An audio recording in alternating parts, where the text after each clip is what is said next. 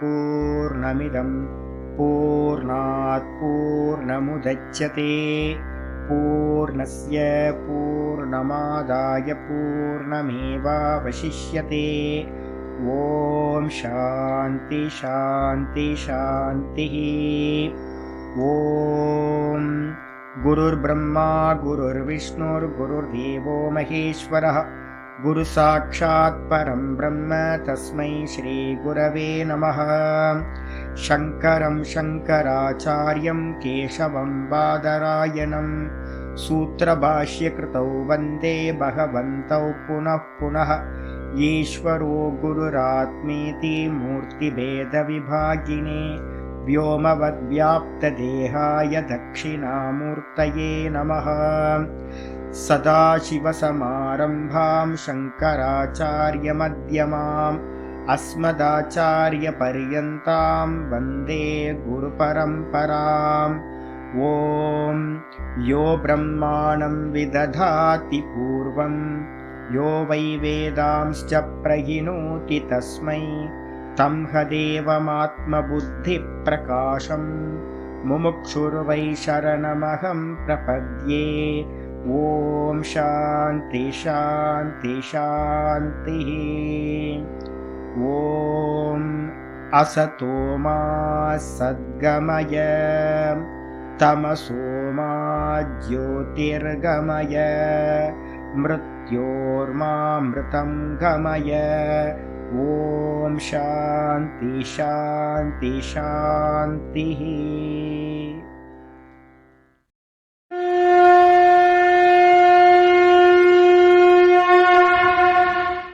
ॐ पार्थाय प्रतिबोधितां भगवता नारायणेन स्वयं व्यासेन ग्रथितां पुराणमुनिना मध्ये महाभारतम् अद्वैतामृतवर्षिणीं भगवतीम् अष्टादशाध्यायिनीम् अम्ब त्वामनुसन्दधामि भगवद्गीते भवद्वेषिणीम्।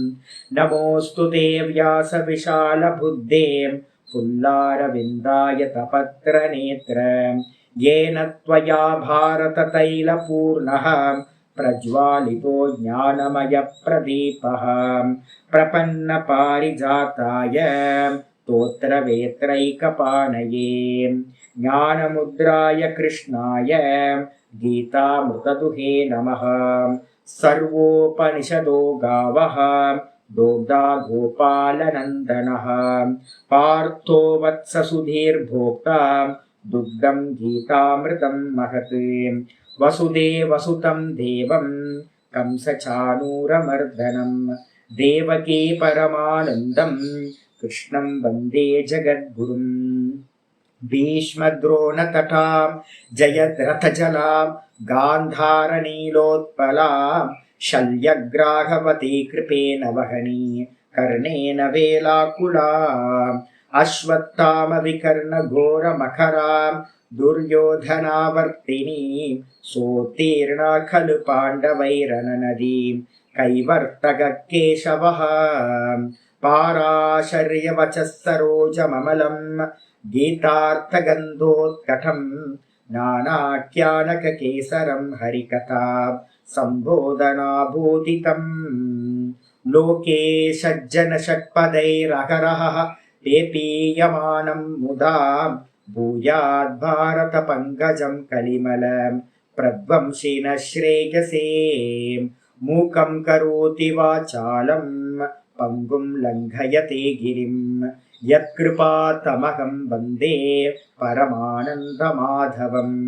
यं ब्रह्मा वरुणेन्द्ररुद्रमरुतः स्तुन्वन्ति दिव्यैस्तवैः वेदैः साङ्गपदक्रमोपनिषदैः गायन्ति यं सामगाः ध्यानावस्थिततद्गतेन मनसा पश्यन्ति यं योगिनः यस्यान्तं न विदुः सुरासुरगणाः। देवाय तस्मै नमः देवाय तस्मै नमः। ॐ श्रीकृष्णाय परमात्मने नमः। श्रीकृष्ण कृष्ण कृष्ण। ஓம் நாராயண பரோ வியக்தாத் அண்டமவ்யக்த சம்பவம் அண்டஸ்யாந்தஸ்தினி லோகாஹ சப்தத்வீபா ச மீதினி. ஓம். எல்லாருக்கும் நமஸ்காரம். நம்ம பார்த்துக்கிட்டு இருக்கிறது பகவத்கீதையில 5வது சாப்டர் பார்த்துட்டு இருக்கோம். இந்த 5வது சாப்டர்ல பார்த்தீங்க அப்படின்னா கர்ம சந்நியாச யோகம் முடிகிற நிலையில இருக்கு. ஆச்சாரியர் என்ன பண்ணியிருக்காரு, நேற்று நம்ம என்ன பார்த்துருக்கோம் அப்படின்னா 27வது ஸ்லோகம் ஆரம்பிச்சிருக்கோம். இந்த 27வது ஸ்லோகத்துக்கு மேலே பார்த்தீங்க அப்படின்னா ஒரு அவதாரிக்கா இருக்கு பார்த்தீங்களா, அது ரொம்ப இம்பார்ட்டண்ட்டான அவதாரிக்கா. இப்போ இந்த ஒரு 50-60 வருஷமா என்ன ஆகிப்போச்சு அப்படின்னு கேட்டிங்கன்னா, வேதாந்தம் ஒரு 50ஸ்க்கு முன்னாடி இருந்த வேதாந்தம் வேற, 1950ஸ்க்கு முன்னாடி இருந்த வேதாந்தம் வேற, ஒரு 70 வருஷத்துக்கு முன்னாடி.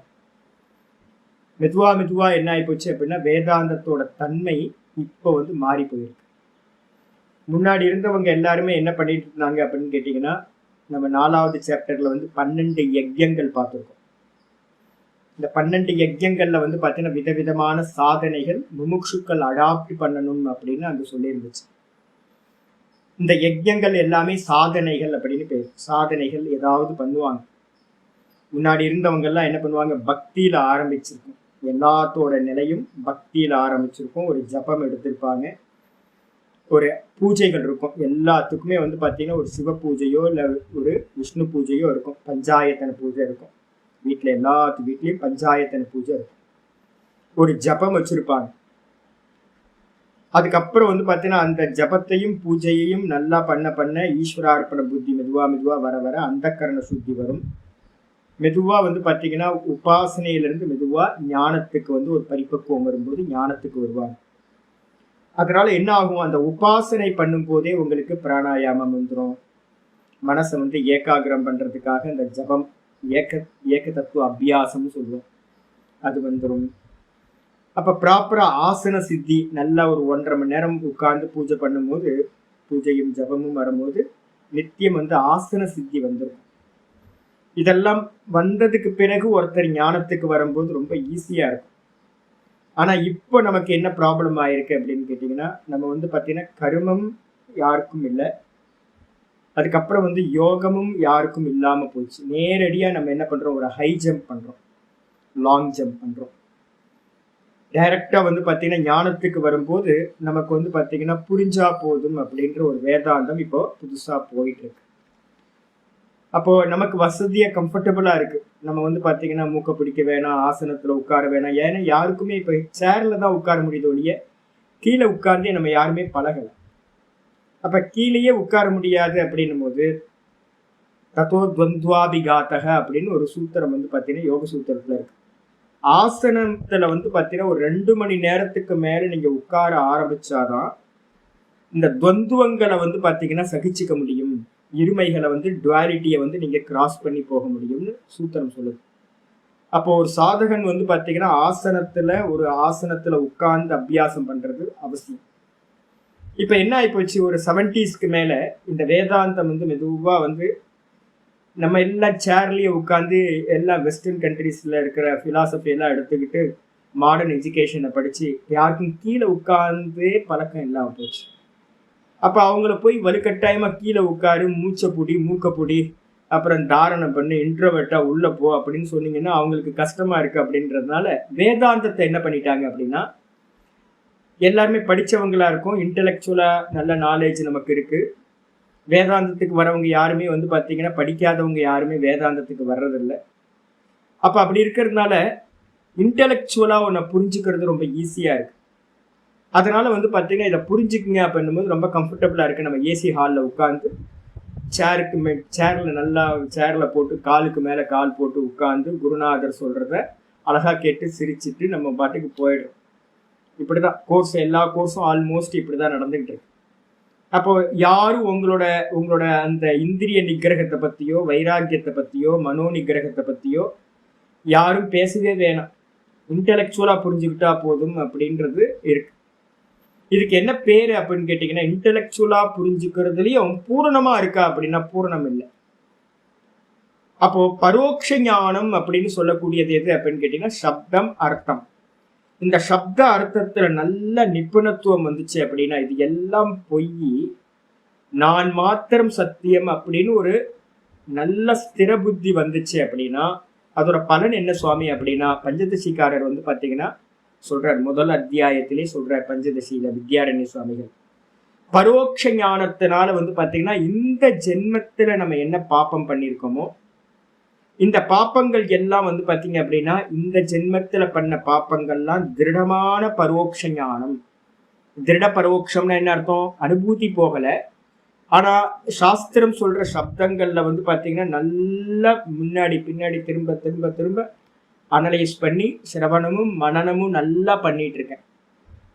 இந்த மனனம் வந்து பாத்தீங்கன்னா நல்லா திருடமாயிடுச்சுன்னா அதுக்கு பேரு பரோட்ச ஞானம்னு பேர். சந்தேகமே இல்லை, சாஸ்திரம் சொல்றது சத்தியம், நான் பிரம்மமா தான் இருக்கேன், இது எல்லாம் வந்து பாத்தீங்கன்னா வெறும் கல்பிதம் அப்படின்னு நல்லா ஸ்திரமாச்சு அப்படின்னா, நான் தேகம் இல்லை மனசு இல்லை புத்தி இல்லைன்னு நல்லா ஸ்திரமாச்சு அப்படின்னா அந்த சப்தார்த்தத்தோடு இருக்கிற அந்த பரோட்ச ஞானம் புத்தியில புரிஞ்சுக்கிறது அப்படின்னு பேர். நல்ல கன்விக்ஷன் உங்களுக்கு இருந்துச்சு அப்படின்னா இந்த ஜென்மத்துல நீங்க பிறந்ததுல இருந்து இது வரைக்கும் என்னெல்லாம் பாப்பம் பண்ணிருந்தீங்களோ இந்த பாப்பத்தை எல்லாத்தையும் இந்த பரோட்ச ஞானம் என்ன பண்ணும்? டிஸ்ட்ராய் பண்ணிடும். ஆனா என்ன ப்ராப்ளம் என்ன அப்படின்னு கேட்டீங்கன்னா, சஞ்சிதம்னு ஒரு கர்மா இருக்குல்ல, அந்த சஞ்சிதத்தை வந்து பாத்தீங்கன்னா என்ன பண்றது சுவாமி?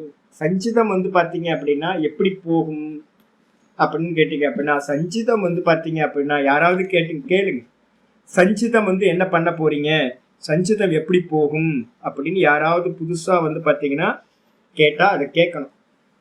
பஞ்சதசியில வந்து பாத்தீங்க அப்படின்னா வித்யாரண்ய சுவாமிகள் என்ன பண்றாரு, 1:63 1:64 2 ஸ்லோகங்கள் வந்து பாத்தீங்கன்னா நம்ம முக்கியமா புரிஞ்சுக்கணும். பஞ்சதசியில 1:63 1வது சாப்டர்லயே 63 இருக்கு. பரோக்ஷம் பிரம்ம விஜானம் சாப்தம் தேசிக பூர்வகம் புத்தி பூர்வ கிருதம் பாபம் கிருத்ஸ்னம் தகதி வன்னிவத். ரொம்ப அருமையான ஸ்லோகம்.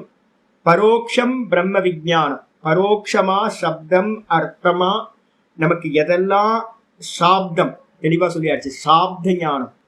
சப்தமா தேசிக பூர்வகம் ஒரு ஆச்சாரியர் மூலமா நமக்கு சப்தங்களும் அர்த்தங்களும் நல்லா விளங்குச்சு அப்படின்னா அது பரோட்ச ஞானம்.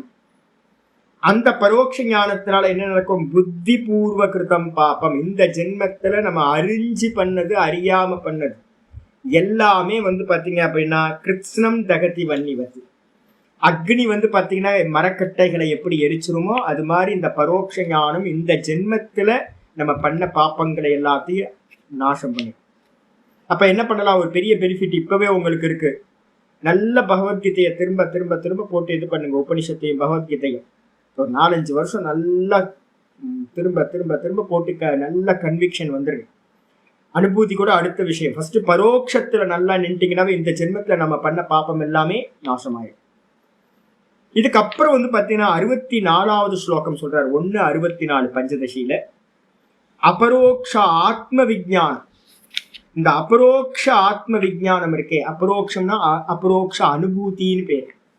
நான் அப்படின்னு சப்தத்துல சொல்லியிருக்கேன், நான் பிரம்மமா இருக்கேன். அப்படி இல்லை, நான் பிரம்மமா இருக்கேன், நான் ஆத்மாவா இருக்கேன், சுத்த சைத்தன்யமா இருக்கேன், நான் தேகம் இல்லை மனசு இல்லை அப்படின்னு சுவானுபவமா எது இருக்கோ அதுக்கு பேர் அபரோக்ஷம்னு பேரு.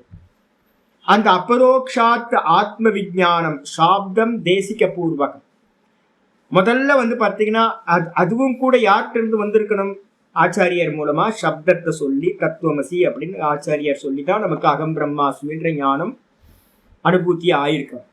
அந்த ஞானம் என்ன பண்ணும் சுவாமி அப்படின்னா, சம்சார காரண ஞான, சம்சாரத்துக்கு காரணமா இருக்கிறது அந்த அஜ்ஞானம் இருக்கு, சம்சார காரண அஜ்ஞான தமசண்டபாஸ்கரஹா. அது என்ன பண்ணும் அப்படின்னு கேட்டீங்கன்னா, நல்லா வந்து பாத்தீங்க அப்படின்னா சூரியன் உச்சி சூரியன்ல வந்து பாத்தீங்கன்னா மேகம் கருமேகம் இருக்குமா அப்படின்னா எதுவும் இல்லாம எல்லாம் ஓடி போற மாதிரி இந்த ஞானத்தினால, அனுபூதி ஞானத்தினால முழுமையா அஜ்ஞானமானது என்ன ஆகும்னா நாசமாகும் அப்படின்னு வந்து பாத்தீங்கன்னா சொல்லப்பட்டிருக்கு. சஞ்சிதம்னு சொல்லக்கூடிய கர்ம கூட்டங்கள் எல்லாம் அபரோக்ஷத்தினால தான் நாசமாகும். அப்ப வந்து பாத்தீங்கன்னா இப்ப பரோட்சத்துக்கும் அபரோக்ஷத்துக்கும் என்ன சுவாமி டிஃபரன்ஸ் என்ன சுவாமின்னு யாராவது கேட்டாங்க அப்படின்னா, அப்ப நல்லா புரிஞ்சுக்கணும். பரோட்ச ஞானம் இந்த ஜென்மத்துல பண்ண புண்ணிய பாப்பநாசங்களை பண்ணும் பாப்பத்தை, சஞ்சிதத்தை நாசம் பண்றதுக்காகத்தான் அபரோக்ஷானுபூதி. சஞ்சிதம் நாசமானாதான் நம்ம வந்து பாத்தீங்கன்னா ரீபர்த் எடுக்க மாட்டோம். இதுக்குதான் அபரோக்ஷ அனுபூதியை நம்ம சொல்றோம். அடிச்சா இதை புரிஞ்சுக்கணும். இதுக்கப்புறம் வந்து பாத்தீங்கன்னா ஒரு ஒரு வார்த்தைகள் இருக்கு. என்னன்னு கேட்டீங்கன்னா, ஒரு சப்தம் என்ன பண்ணும் சுவாமி அப்படின்னு கேட்டீங்கன்னா நல்லா தெரிஞ்சுக்கணும். ஒரு 62வது ஸ்லோகமும் ஆச்சாரியார் சொல்றார், பஞ்சதசியிலேயே 62. வாக்கியம் அப்பிரதிபத்தம் சத் பிராக் பரோக்ஷ அவபாசிதே கராமலகவத் போதம் அபரோக்ஷம் பிரசூயதே. இந்த பரோட்ச ஞானம் அபரோக்ஷ ஞானத்துக்கு டிஃபரன்ஸ் என்ன சுவாமி அப்படின்னா ஒண்ணும் இல்லை. எப்பவுமே ஒரு சப்தம் வந்து என்ன பண்ணும்னா ஒரு அர்த்தத்தை உணர்த்தும். என்ன அர்த்தம்? இப்ப நான் சொல்றேன் இது புஸ்தகம் அப்படின்னு நான் ஒரு வார்த்தை சொல்றேன். இப்போ உங்களுக்கு எல்லாத்துக்கும் புரியுதா? ஆமா புரியுது. அர்த்தம் அர்த்தம் தெரியுதா? ஆமா அர்த்தம். சுவாமி புஸ்தகம் சொல்றாரு, புஸ்தகம்னா என்னன்னு ஒரு அர்த்தம் தெரியுது. இதே நேரத்துல வந்து பாத்தீங்கன்னா என்னோட நெட் கனெக்ஷன் வந்து பாத்தீங்கன்னா ஸ்டெபிலிட்டி இல்லைன்னு வச்சுங்களேன். இப்போ உடனே என்ன சொல்லுவீங்க, உங்க நெட்டோ இல்லை என்னோட நெட்லயோ ப்ராப்ளம் இருக்கு அப்படின்னா, சுவாமி ஏதோ சொன்னீங்களே கேட்கல சுவாமி, சரியா கேட்கல சுவாமி அப்படின்ற ஆடியோ ப்ராப்ளம் ஏதாவது இருந்துச்சு அப்படின்னா கேட்கல. இல்லை நான் சொன்னாலும் கூட வந்து பார்த்தீங்கன்னா உங்களுக்கு கேட்கல. ஏன்னா உங்க நெட்ல வந்து ப்ராப்ளம் இருக்கு. உங்க ஆடியோலையோ இல்லை ஸ்பீக்கர் நீங்க ஹெட்ஃபோன் ஏதாவது போட்டிருந்தீங்கன்னா ஹெட்ஃபோன்ல ப்ராப்ளம் இருந்துச்சு அப்படின்னா அப்ப கேட்காது. அப்ப அதே மாதிரி வந்து பாத்தீங்கன்னா தத்துவமசி அப்படின்னு சொல்லக்கூடிய நீ அதுவாயிருக்கிறாய் அப்படின்னு ஒரு சப்தத்தை ஆச்சாரியார் சொல்றாருன்னா, அந்த சப்தம் எப்பவுமே ஒரு மகா வாக்கியம், ஒரு சப்தம் வந்து பாத்தீங்கன்னா அபரோக்ஷத்தை கொடுக்கும். இந்த புஸ்தகம் சொல்றது வெளியில இருக்கிற வஸ்து உடனே புரிஞ்சிருது. அதே மாதிரி நீ அந்த பிரம்மமா இருக்க அப்படின்னு தத்துவமசி அப்படின்னு ஒரு வாக்கியம் சொன்னா அது என்னை உணர்த்தும்.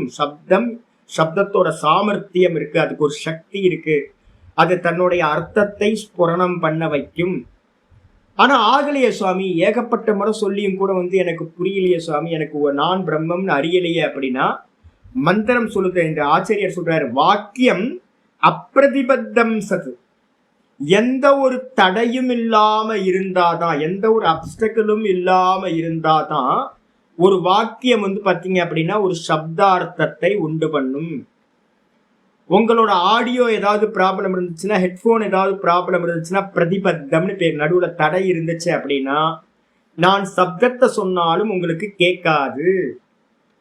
ஒரு வாளுக்கு பின்பக்கம் இருந்து நான் சொல்லி வாளுக்கு அடுத்த பக்கத்துல இருந்து இன்னொருத்தர் கேட்கிறாரு அப்படின்னா கேட்காது.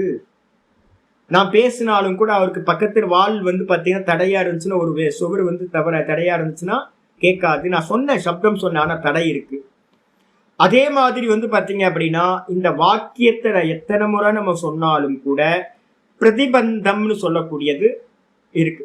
எது பிரதிபந்தம் அப்படின்னா தேகத்துல ஆத்மபாவம் முதல் பிரதிபந்தம். நான் தேகம் முதல் பேரிகேட்டர். எது? இந்த தேகம். அதுக்கப்புறம் இந்திரியங்கள்ல அகம்ன்ற பாவம் இருக்கு, நான் அப்படின்ற எண்ணம் இருக்கு. இது 2வது பேரிகேட்டர். இந்த பேரிகேட்டர் 2வது பேரிகேட்டர் இந்திரியங்கள் இருக்கு. இந்த மனசு சதா சலிச்சுக்கிட்டே இருக்கு, காமக்ரோதங்களால சலிச்சுக்கிட்டே இருக்கு. இது 3வது பேரிகேட்டர். 4வது வந்து பாத்தீங்கன்னா புத்தி, ஏகப்பட்ட சங்கல்பங்களை வச்சிருக்கோம்.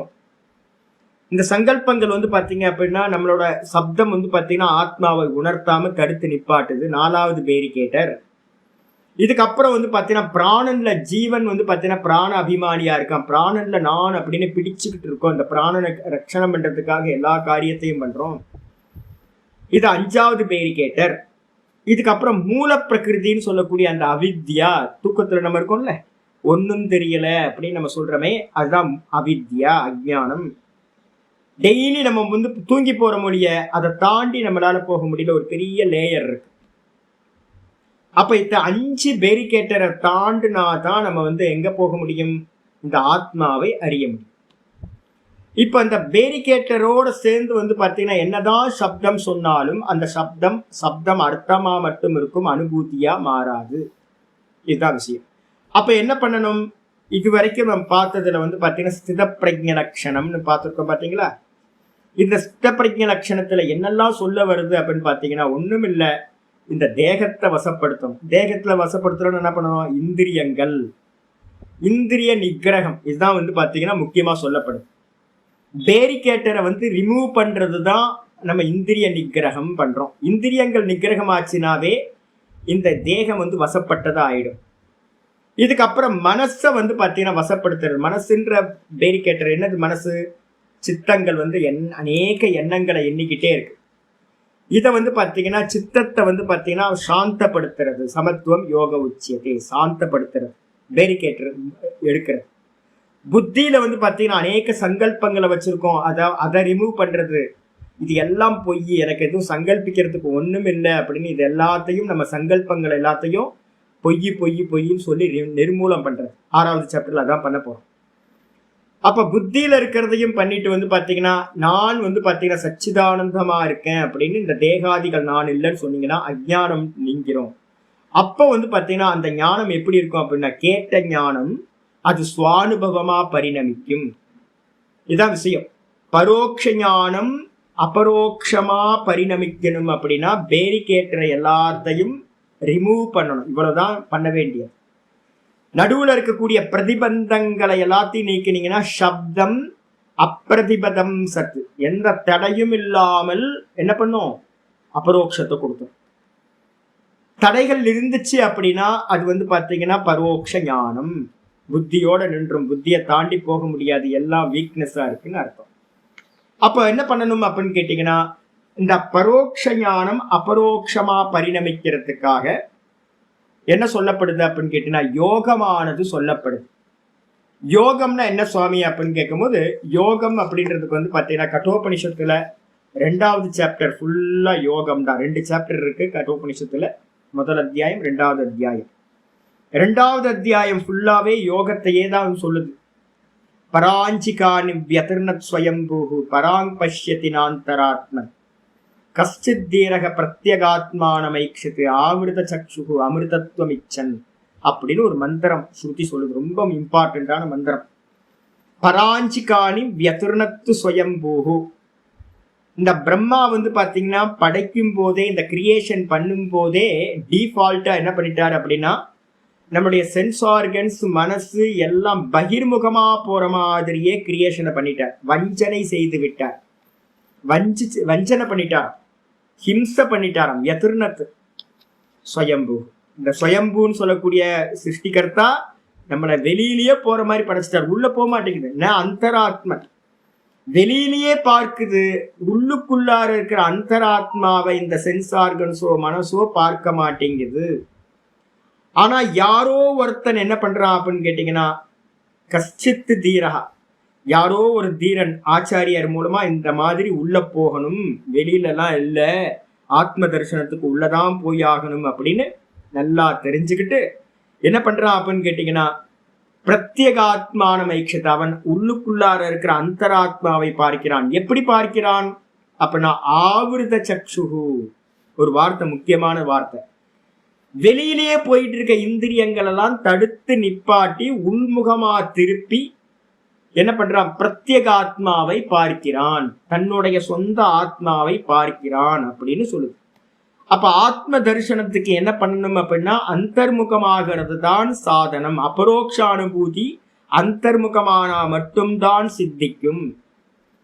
பரோட்சத்துக்கு நல்லா இங்க அங்க ஊர் சுத்தலாம், எதையும் தியாகம் பண்ண வேணாம், எந்த ரெஸ்ட்ரிக்ஷனும் பண்ணவே வேணாம், நீங்க பாட்டுக்கு ஃப்ரீயா இருக்கலாம். ஆனா வந்து பாத்தீங்கன்னா அபரோக்ஷமா மாறணும் அப்படின்னு ஆசைப்பட்டீங்கன்னா, அனுபூதி பண்ணணும், எனக்கு திரும்ப ரீபர்த் வேணாம்னு நீங்க நினைச்சீங்கன்னா, ஆத்மானுபூதி பண்ணணும்னு நினைச்சீங்க அப்படின்னா என்ன பண்ணணும்? உள்ளுக்குள்ளார போய்தான் ஆகும்.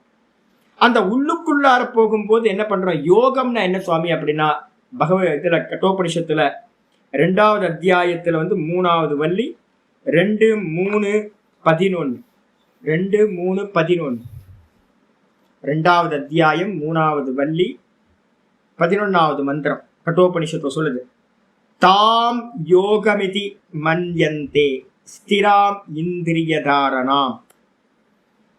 வார்த்தை ரொம்ப முக்கியம். யோகம்னா என்ன சுவாமி அப்படின்னா, யாராவது ஏன்னா இந்த வார்த்தைகள்லாம் எதுக்காக நான் சொல்றேன் அப்படின்னா, வெளியில இருக்கிறவங்க வந்து பாத்தீங்கன்னா யோகம்ன்ற சப்தம் வந்து பாத்தீங்கன்னா இந்த புரிஞ்சா போதும் வேதாந்தம் இருக்குல்ல, அவங்களுக்கு யோகம்னு சொன்னீங்கன்னாவே காதுல கண்ணுலாம் நெருப்பு வரும், அப்படியே புகையா வரும், அவங்களுக்கு பிடிக்கவே பிடிக்காது அவங்களுக்கு யாருக்கும். அப்ப யோகம்னா என்னப்பா அப்படின்னா, யோகம்னா ஒண்ணும் இல்லை, தாம் யோகமிதி மன்யந்தே. பெரியவங்க வந்து பாத்தீங்கன்னா இதனையே யோகம் என்று மகரிஷிகள் சொல்கிறார்கள், நினைக்கிறார்கள். எது அப்படின்னா ஸ்திராம் இந்திரிய தாரணா.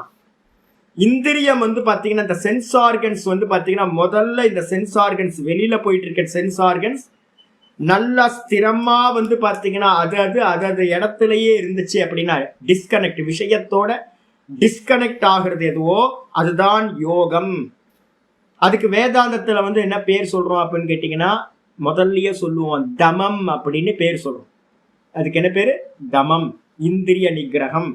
நான் உங்களுக்கு 6 அத்தியாயம் முடிஞ்சோன்னே உங்களுக்கு எவ்வளவு ஸ்லோகங்கள் வந்து பாத்தீங்கன்னா இந்திரிய நிகிரகத்துக்கு சொல்லப்பட்டிருக்குன்னு நான் உங்களுக்கு சொல்றேன்.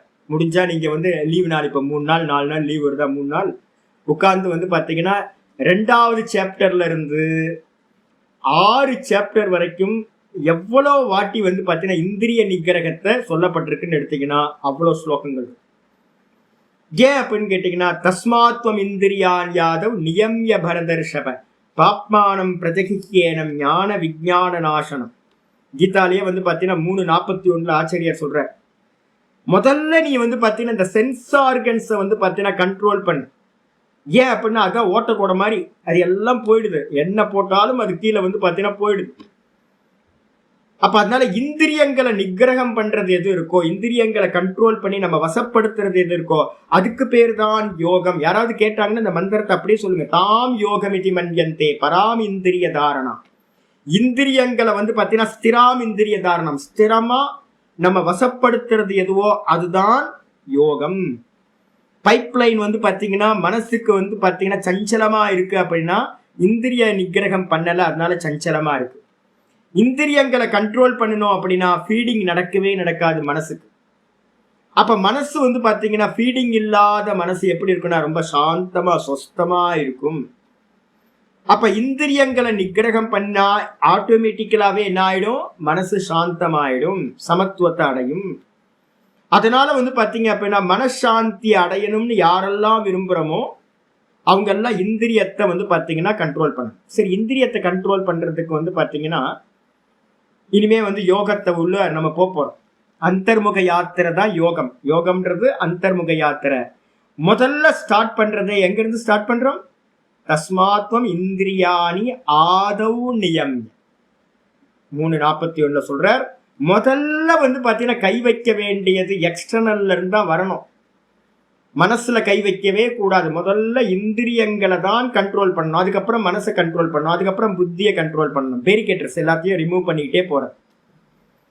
இது எல்லாத்தையும் பண்ணும்போது வந்து பாத்தீங்கன்னா சுகம் வந்து பாத்தீங்கன்னா நமக்கு ஆத்ம சுகமானது அறியப்படும். தூக்கத்துல தான் நம்ம பண்றோம். டெய்லி படுக்க போகும்போது வந்து பாத்தீங்கன்னா இதே காரியத்தை தானே பண்றோம். முதல்ல வந்து பாத்தீங்கன்னா லைட் எல்லாம் ஆஃப் பண்றோம், கண்ணெல்லாம் மூடிக்கிறோம், காதெல்லாம் சவுண்ட் எல்லாம் ஆஃப் பண்ணிடுறோம், ஆடியோ வீடியோ எல்லாம். அப்ப மெதுவா இந்திரிய நிகிரகம் பண்றோம். அதுக்கப்புறம் மனசுல சொப்பனம் போகுது, அதுவும் நின்றுது. அதுக்கப்புறம் நல்லா வந்து பாத்தீங்கன்னா டீப் ஸ்லீப்புக்கு போயிடும். அப்ப டீப் ஸ்லீப்ல சுகத்தை அனுபவிக்கிறாங்க, வேற ஒண்ணும் இல்லை. இதை உட்கார்ந்துகிட்டே நான் பண்ணனா அதான் ஆத்ம அனுபவம் ஆயிடும். அப்ப நடுவுல தூக்கத்துல வந்து ஒரு லேயர் ஒண்ணு இருக்கு, என்னது அவித்யா லேயர் இருக்கு. அது ஜாகிரதத்துல இருந்துகிட்டு நான் இந்திரியத்தையும் மனசையும் புத்தியையும் இது நான் இல்லை, இது நான் இல்லை, இது நான் இல்லைன்னு எல்லாத்தையும் உதாசீனப்படுத்திக்கிட்டே வரேன் அப்படின்னா கடைசியில வந்து அகம் நான் சுகமா இருக்கேன்னு நீங்க சொன்னீங்கன்னா, அத சுகமா நீங்க இருந்தீங்க அப்படின்னா அப்ப நீங்க என்னவா இருக்கீங்க? சமாதியில இருக்கீங்கன்னு அர்த்தம். இதுக்கு பேர் தான் அபரோக்ஷ அனுபூதினு பேர், நிர்விகல்ப சமாதி அப்படின்னு பேர். அப்ப அதனால வந்து பாத்தீங்க அப்படின்னா முதல்ல இந்திரியங்களை கை வைக்கணும், ஃபர்ஸ்ட் அதை தெரிஞ்சுக்கணும். சரி, இந்திரியத்தை கை வைக்கிறதுக்கு என்னெல்லாம் சுவாமி சாதனம் இருக்கு? நிறைய பேருக்கு தத்துவ போதம்லாம் படிச்சிருப்பீங்க, நிறைய பேர் தத்துவ போதம் படிச்சிருப்பீங்க, நிறைய கிரந்தங்கள்லாம் வாசிச்சிருப்பீங்க, நிறைய பேர் இருக்கீங்க. என்ன பண்ணுவாங்க? தத்துவ போதத்துல முதல்ல சொல்லுவாங்க தமஹா கஹா. தமம்னா என்னப்பா அப்படின்னா, தமம்னா பாஹ்யேந்திரிய நிகிரஹா. வெளியில போறக்கூடிய இந்திரியங்களை வந்து பாத்தீங்கன்னா நிறுத்துதல் எதுவோ, ஸ்டாப் பண்றது எதுவோ அதுக்கு பேரு தமம். இதோட என்ன பண்றாங்கன்னு கேட்டீங்கன்னா, இந்த நவீன வேதாந்திகள் என்ன பண்றாங்க அப்படின்னா, லட்சணத்தை சொல்லிட்டு கிராஸ் பண்ணி போயிடுறாங்க. ஆக்சுவலா போகக்கூடாது. என்னன்னு கேட்டீங்கன்னா, எப்படி பண்ணணும்? இந்திரிய நிகிரகத்தை வந்து பாத்தீங்கன்னா கஹ உபாயா, இந்திரிய நிகிரகத்துக்கு பண்ணணும் அப்படின்னா என்ன உபாயம் அப்படின்னா யாரும் சொல்ல மாட்டாங்க. ஷமஹ கஹா, ஷமம்னா என்ன அப்படின்னா மனோ நிகிரகா, மனசை வந்து நிரோதம் பண்றது அப்படின்னு சொல்லிட்டு போயிடுவாங்க. ஆக்சுவலா என்னன்னு கேட்டீங்கன்னா உபாயம் கஹா, கஹ உபாயகனா என்னப்பா உபாயம்? மனசை நிப்பாட்டுறதுக்கு என்ன உபாயம் அப்படின்னா யோகம் வந்துடும். இந்திரிய நிகிரகம் பண்ணணும், சமம் பண்ணணும், மனம் தமம் பண்ணணும் அப்படின்னா மொத்தமும் வந்து பார்த்தீங்கன்னா திதிக்ஷா. எப்படி திதிக்ஷா பண்றது? சகிச்சுக்கிறது. எப்படி சகிச்சுக்கிறது அப்படின்னு கேட்டீங்கன்னா இது எல்லாம் வந்து பார்த்தீங்கன்னா பேஸா இருக்கக்கூடிய யோகங்கள் தான் வந்து பார்த்தீங்கன்னா உங்களுக்கு ஹெல்ப் பண்ணும். அதனால ஆச்சாரியார் என்ன பண்றாரு அப்படின்னு கேட்டீங்கன்னா, இங்க ஆரம்பிக்கும் போதே என்ன பண்றாரு ஆச்சாரியார், இந்த 27வது ஸ்லோகத்துல அடுத்த அத்தியாயம் நம்ம வந்து பண்றதுக்கு முன்னாடியே ஒரு சூத்திரமா என்ன பண்றார் ஆரம்பிக்கிறார் 27வது ஸ்லோகத்தை. அதுல வந்து பாத்தீங்கன்னா மேல ஒரு அவதாரிக்கா இருக்கு பாத்தீங்களா, அத அப்படின்னு ஆரம்பிக்குது. அதன்றதுக்கு அர்த்தம் என்ன அப்படின்னு கேட்டீங்கன்னா, அத மீனிங் ஒரு பிரகரணம் ஸ்டார்ட் ஆகுது, ஒரு கான்டெக்ஸ்ட் வந்து பாத்தீங்கன்னா இனிமே புது கான்டெக்ஸ்ட் நம்ம ஸ்டார்ட் பண்ண போறோம். யோகா தான் அதோட முக்கியமானது. யோக கான்டெக்ஸ்ட் ஆரம்பிக்க போகுது. அத இதானியும் இப்பொழுது தியான யோகம். இப்ப நம்ம என்ன பண்ண போறோம்? தியான யோகத்துக்கு போறோம். இதெல்லாம் வந்து பாத்தீங்கன்னா யாரோ குப்பம் சுப்பம் எழுதுனது இல்லைங்க. சங்கர பகவான் வந்து பாத்தீங்கன்னா சங்கராச்சாரியார் எழுதுறது. நம்ம நினைச்சுக்கிட்டு இருக்கோம் யோகமே இல்லாம வேதாந்தம் இருக்கா அப்படின்னு. அதெல்லாம் இல்ல. ஆச்சாரியர் சொல்ற சம்யக் தர்சனஸ்ய அந்தரங்கம். சம்யக் தர்சனம்னா பின்னாடி சொல்ல போற 6th சாப்டர்ல சொல்ல போற. நம்ம நிறைய வார்த்தை பார்த்துருக்கோம், சம்யக் தர்சனம் சம்யக் தர்சனம்னு. அதுக்கு என்ன அர்த்தம் அப்படின்னா அபரோக்ஷானுபூத்தின்னு அர்த்தம். சுவானுபவம், பிரம்ம சாட்சா்காரம், பிரம்மத்தை வந்து சாட்சா்காரம் பண்றது, என்லைட்மெண்ட்னோ அதுக்கு பேரு சம்யக் தர்சனம்னு பேர். பின்னாடி வந்து 6வது சாப்டர்ல ஆச்சாரியார் தன்னுடைய சப்தத்திலேயே சொல்ற. அப்ப என்ன அர்த்தம்? சம்யக் தர்சனம்னா ஆத்மானுபூதி, என்லைட்மெண்ட். அந்த என்லைட்மெண்ட்டுக்கு தியான யோகம் அந்தரங்கம். தியான யோகம் அப்படின்றது வந்து பாத்தீங்கன்னா ஆத்ம தியானம் அப்படின்றது வந்து பாத்தீங்கன்னா அந்தரங்க சாதனம். அப்ப சிரவணம் மனனம், அப்ப சிரவணம் வந்து பாத்தீங்கன்னா மனனமும் சிரவணமும் வந்து பாத்தீங்கன்னா பகிரங்கமாயிடும். சிரவணம் மனனம் நிதித்தியாசனம். இதுல வந்து பாத்தீங்கன்னா சிரவணம் மனனம் பகிரங்க சாதனம். ஏன்னா சிரவணம் பண்ணும்போது நீங்க வெளியில இருந்தேன்னா என்கிட்ட பாடம் கேட்டுட்டு இருக்கீங்கல்ல, இப்போ காதை வச்சுக்கிட்டு வெளியில கேட்டுட்டு இருக்கீங்க. நான் சொல்லுவேன் கண்ண மூடி உட்காரக்கூடாது. என்கிட்ட ஒரு சுவாமி வந்து என்கிட்ட இருந்தார்.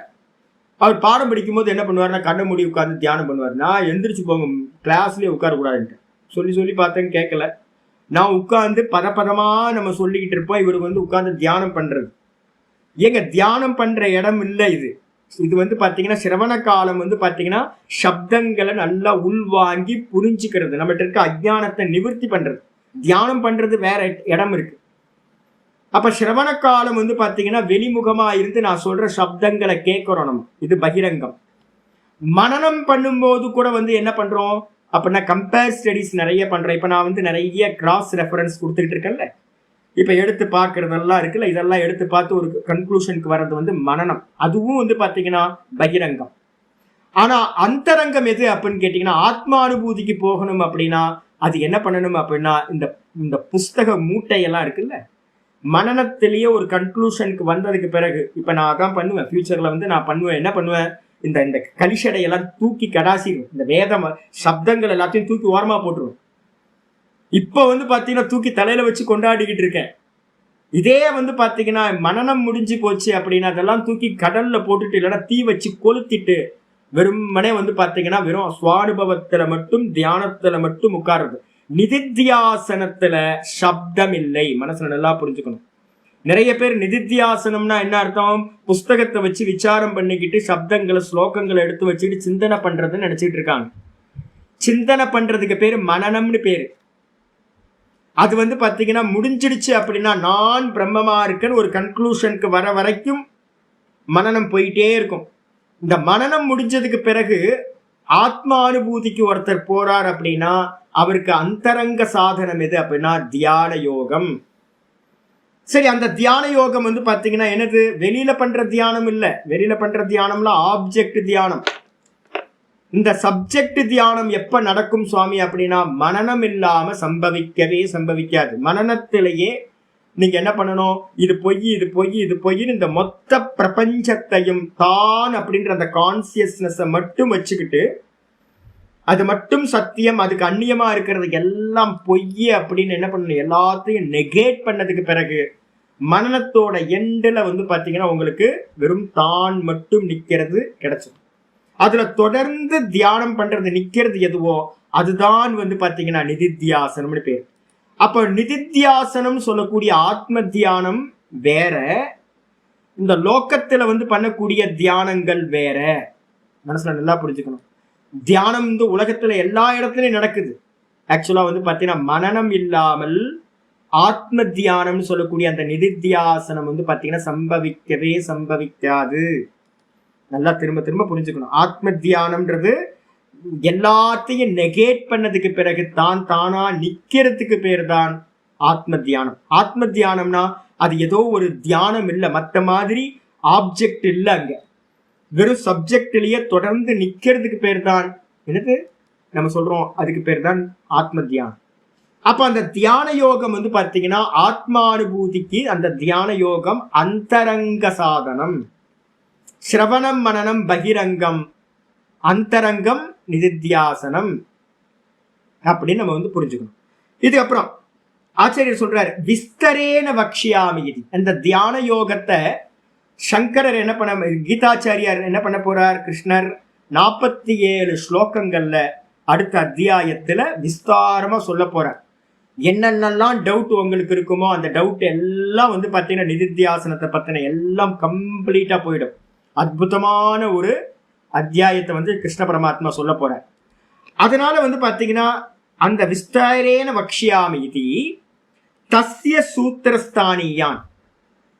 அந்த அந்த 47 ஸ்லோகங்கள் விரிவா சொல்ல போகுது, நல்லா விஸ்தாரமா சொல்ல போகுது. அதுக்கு சூத்திர மாதிரி ரொம்ப கிறிஸ்பியா ஒரு 3 ஸ்லோகங்கள்ல என்ன பண்ண போறார்?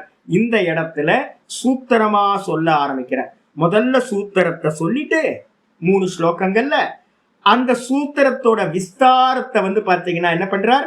47 ஸ்லோகங்கள்ல தியான யோகத்தை சொல்ல போறார். அதனால சூத்திரஸ்தானியான ஸ்லோகான் உபதிஷதி ஸ்ம.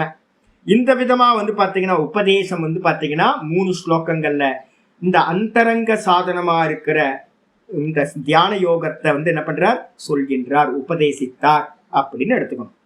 ஸ்லோகம் ஆரம்பிக்குது.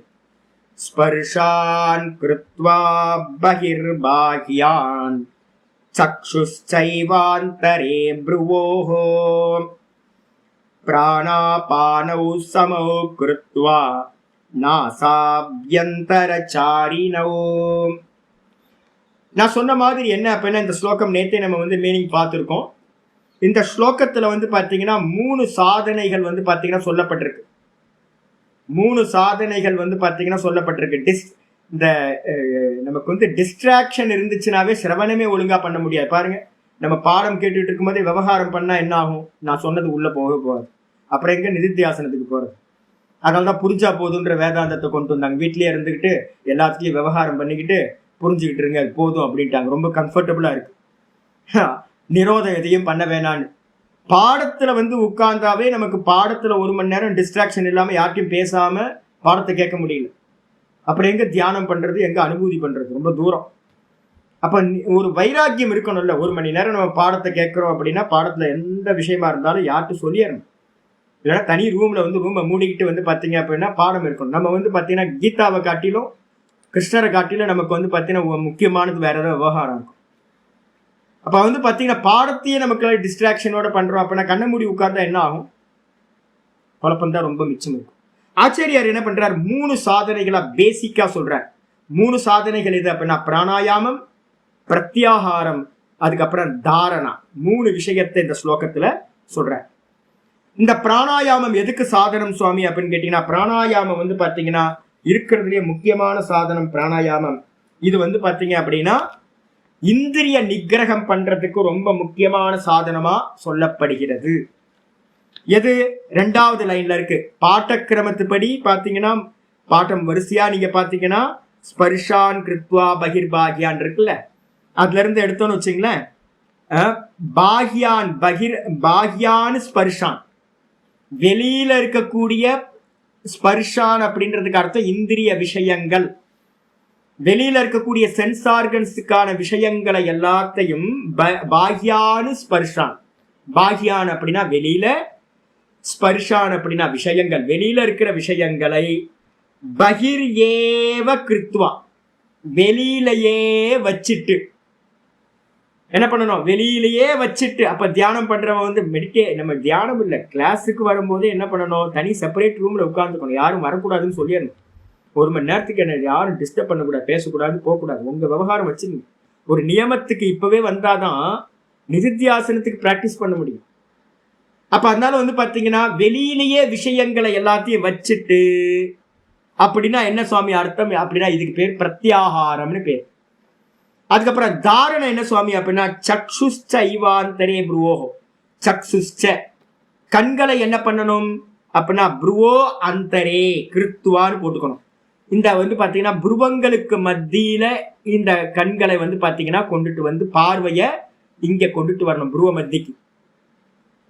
மத்திக்கு கொண்டு வர்றது. இதுக்கு பேர் என்ன பேரு அப்படின்னா புருவ மத்தியில தாரணம் பண்றதுன்னு பேரு. தேசபந்த சித்தசிய தாரணா அப்படின்னு வந்து பாத்தீங்கன்னா யோக சூத்திரம் சொல்லுது. 3:1 வந்து ஆரம்பிக்கும் போதே 3வது பாதம் ஆரம்பிக்கும் போதே இந்த தாரணம்னா என்னன்னு சொல்லுது. தேசபந்த சித்தசிய தாரணம் அப்படின்னு பேர். ஏதாவது ஒரு தேசத்துல வந்து பாத்தீங்கன்னா தாரண பண்றது. நேத்து ஒரு அம்மா வந்து பாத்தீங்கன்னா போன் பண்ணி, சுவாமி அத்வைதத்துல வந்து பாத்தீங்க அப்படின்னா ஏதாவது இந்த புருவ மத்தியில தியானம் பண்றதெல்லாம் சொல்லலையே அப்படின்னா, இப்ப நம்ம பேசிக்கிட்டு இருக்கிறது தாரணா, தியானம் பண்றதை பத்தி இங்க பேசல. இந்த புருவ மத்தியில தாரணம் எதுக்கு அப்படின்னா உங்களுக்கு வந்து பாத்தீங்கன்னா ஆச்சாரியார் இந்த விஷயத்த ரொம்ப கிளியருங்க. ஆச்சாரியார் கிருஷ்ண பரமாத்மாவா இருக்கட்டும் இல்ல சங்கரரா இருக்கட்டும் ரொம்ப கிளியர். அடுத்த அத்தியாயம் 13வது ஸ்லோகம் இருக்கு. அந்த 13வது ஸ்லோகத்துல என்ன சொல்லுதுன்னா, காய சமம் காய சிரோ கிரீவம் தாரயன் அச்சலம் ஸ்திரஹ சம்பிரேக்ஷ்ய நாசிகாக்ரம் ஸ்வம் திசச்சானவலோகயன் அப்படின்னு ஒரு ஸ்லோகம் சொல்றார். 6:13 சொல்ல போற. அந்த இடத்துல என்ன சொல்றாரு தெரியுங்களா? மூக்கோட நுனிய பாரு அப்படின்ற. சம்பிரேக்ஷிய நாசிகாக்ரம் ஸ்வம் அப்படின்னு ஒரு வார்த்தை சொல்ற. மூக்கு நுனிய பாரு அப்படின்ற. இந்த இடத்துல வந்து பாத்தீங்க அப்படின்னா புருவ மத்திய பாருன்ற. அப்ப நமக்கு ஆச்சாரியார் வந்து பாத்தீங்கன்னா அங்க பாஷ்யம் பண்ணும்போது ஆச்சாரியார் சொல்றார், இந்த மூக்கு நுனிய பாக்குறதோ இல்ல வந்து புருவ மத்திய பாக்குறதோ இல்ல ஹிருதயத்தை பாக்குறதோ இல்ல விசுத்தி சக்கரத்தை பாக்குறதோ இங்க தாத்பரியம் இல்லை. இங்க நமக்கு வந்து பாத்தீங்கன்னா எதுக்காக இந்த ப்ராசஸ்ல இறங்குறோம் அப்படின்னா ஆத்மால வந்து பாத்தீங்கன்னா தியானம் பண்ண, ஆத்ம தியானம் இது. அப்ப எதுக்காக ஆத்ம தியானத்துக்கு எதுக்கு புருவ மத்திய பார்க்கணும் சுவாமி அப்படின்னு கேட்டீங்கன்னா திசச்ச அனவலோகயன் அந்த 13வது ஸ்லோகத்துல 6:13 சொல்ற. இந்த கண்கள் வந்து பாத்தீங்க அப்படின்னா எதையாவது ஒண்ணு பார்க்கல அப்படின்னா, என்னோட சிஷ்யர் ஒருத்தர் இருந்தார், என்ன பண்ணுவாரு அப்படின்னா நான் சொல்லிக்கிட்டே இருப்பேன், கண்ணை மூடி ஜபம் பண்ணும்போது காயத்ரி பண்ணும்போது இங்க அங்க போகக்கூடாதுச்சு, கண்ணை மூடி பண்ணுங்க. நிறைய பேர் வந்து பாத்தீங்கன்னா கண்ணை திறந்துகிட்டே ஜபம் பண்ணுவாங்க. நீங்க வைத்திகர்லாம் பாத்தீங்கன்னா கூட தெரியும். ஏதாவது ஒரு சண்டி ஹோமம் நடக்கும், சண்டி ஹோமத்துக்கு வந்து பாத்தீங்கன்னா ஒருத்தர் உட்கார்ந்து ஜபம் பண்ணணும், சண்டியோட ஜபத்தை வந்து பண்ணணும். இவர் என்ன பண்ணுவாரு அப்படின்னு கேட்டீங்கன்னா மாலையை உருட்டிக்கிட்டே என்ன பண்ணுவாரு, ஊரெல்லாம் பார்த்துக்கிட்டே இருப்பார், யார் யார் வரா யார் யார் போறா இதெல்லாம் பார்த்துட்டு. அப்ப எப்படி அந்த ஜபம் நடக்கும் யோசிச்சு பாரு. அப்ப ஜபம் பண்ணும் போதே நம்ம என்ன பண்றோம் அப்படின்னா கண்களை வந்து பாத்தீங்கன்னா மூடிக்கிட்டு ஜபம் பண்ணுங்க. ஏன் அப்படின்னா இந்த கண்ணு வந்து பாத்தீங்கன்னா இங்க ஊர்ல இருக்கிறதெல்லாம் பார்த்துச்சுன்னா சித்தத்துல வந்து அந்த எண்ணங்கள் தான் வரும். அப்ப அந்த எண்ணங்கள் வர வர வந்து பாத்தீங்கன்னா உங்களால என்ன பண்ண முடியாது, சித்தம் வந்து இது வந்து பாத்தீங்கன்னா ஜபத்துல நிக்காது. அப்போ இந்த நீங்க தியானம் பண்ணும் போது வந்து பாத்தீங்கன்னா புருவ மத்தியில தாரணம் பண்ணுங்க அப்படின்னா என்ன அர்த்தம், நீங்க வந்து பாத்தீங்கன்னா அதை நிரோதம் பண்றீங்க, கண்ட இடத்தை பாக்குறத நிரோதம் பண்றீங்க. இந்த புருவ மத்தியில வந்து பாத்தீங்கன்னா நல்லா கூர்ந்து பார்க்கும்போது இந்த கண்களோட ஐபால் வந்து எங்க வந்துரும்னு கேட்டீங்கன்னா, ஐபால் வந்து பாத்தீங்கன்னா இந்த எண்டுக்கு வந்துடும்.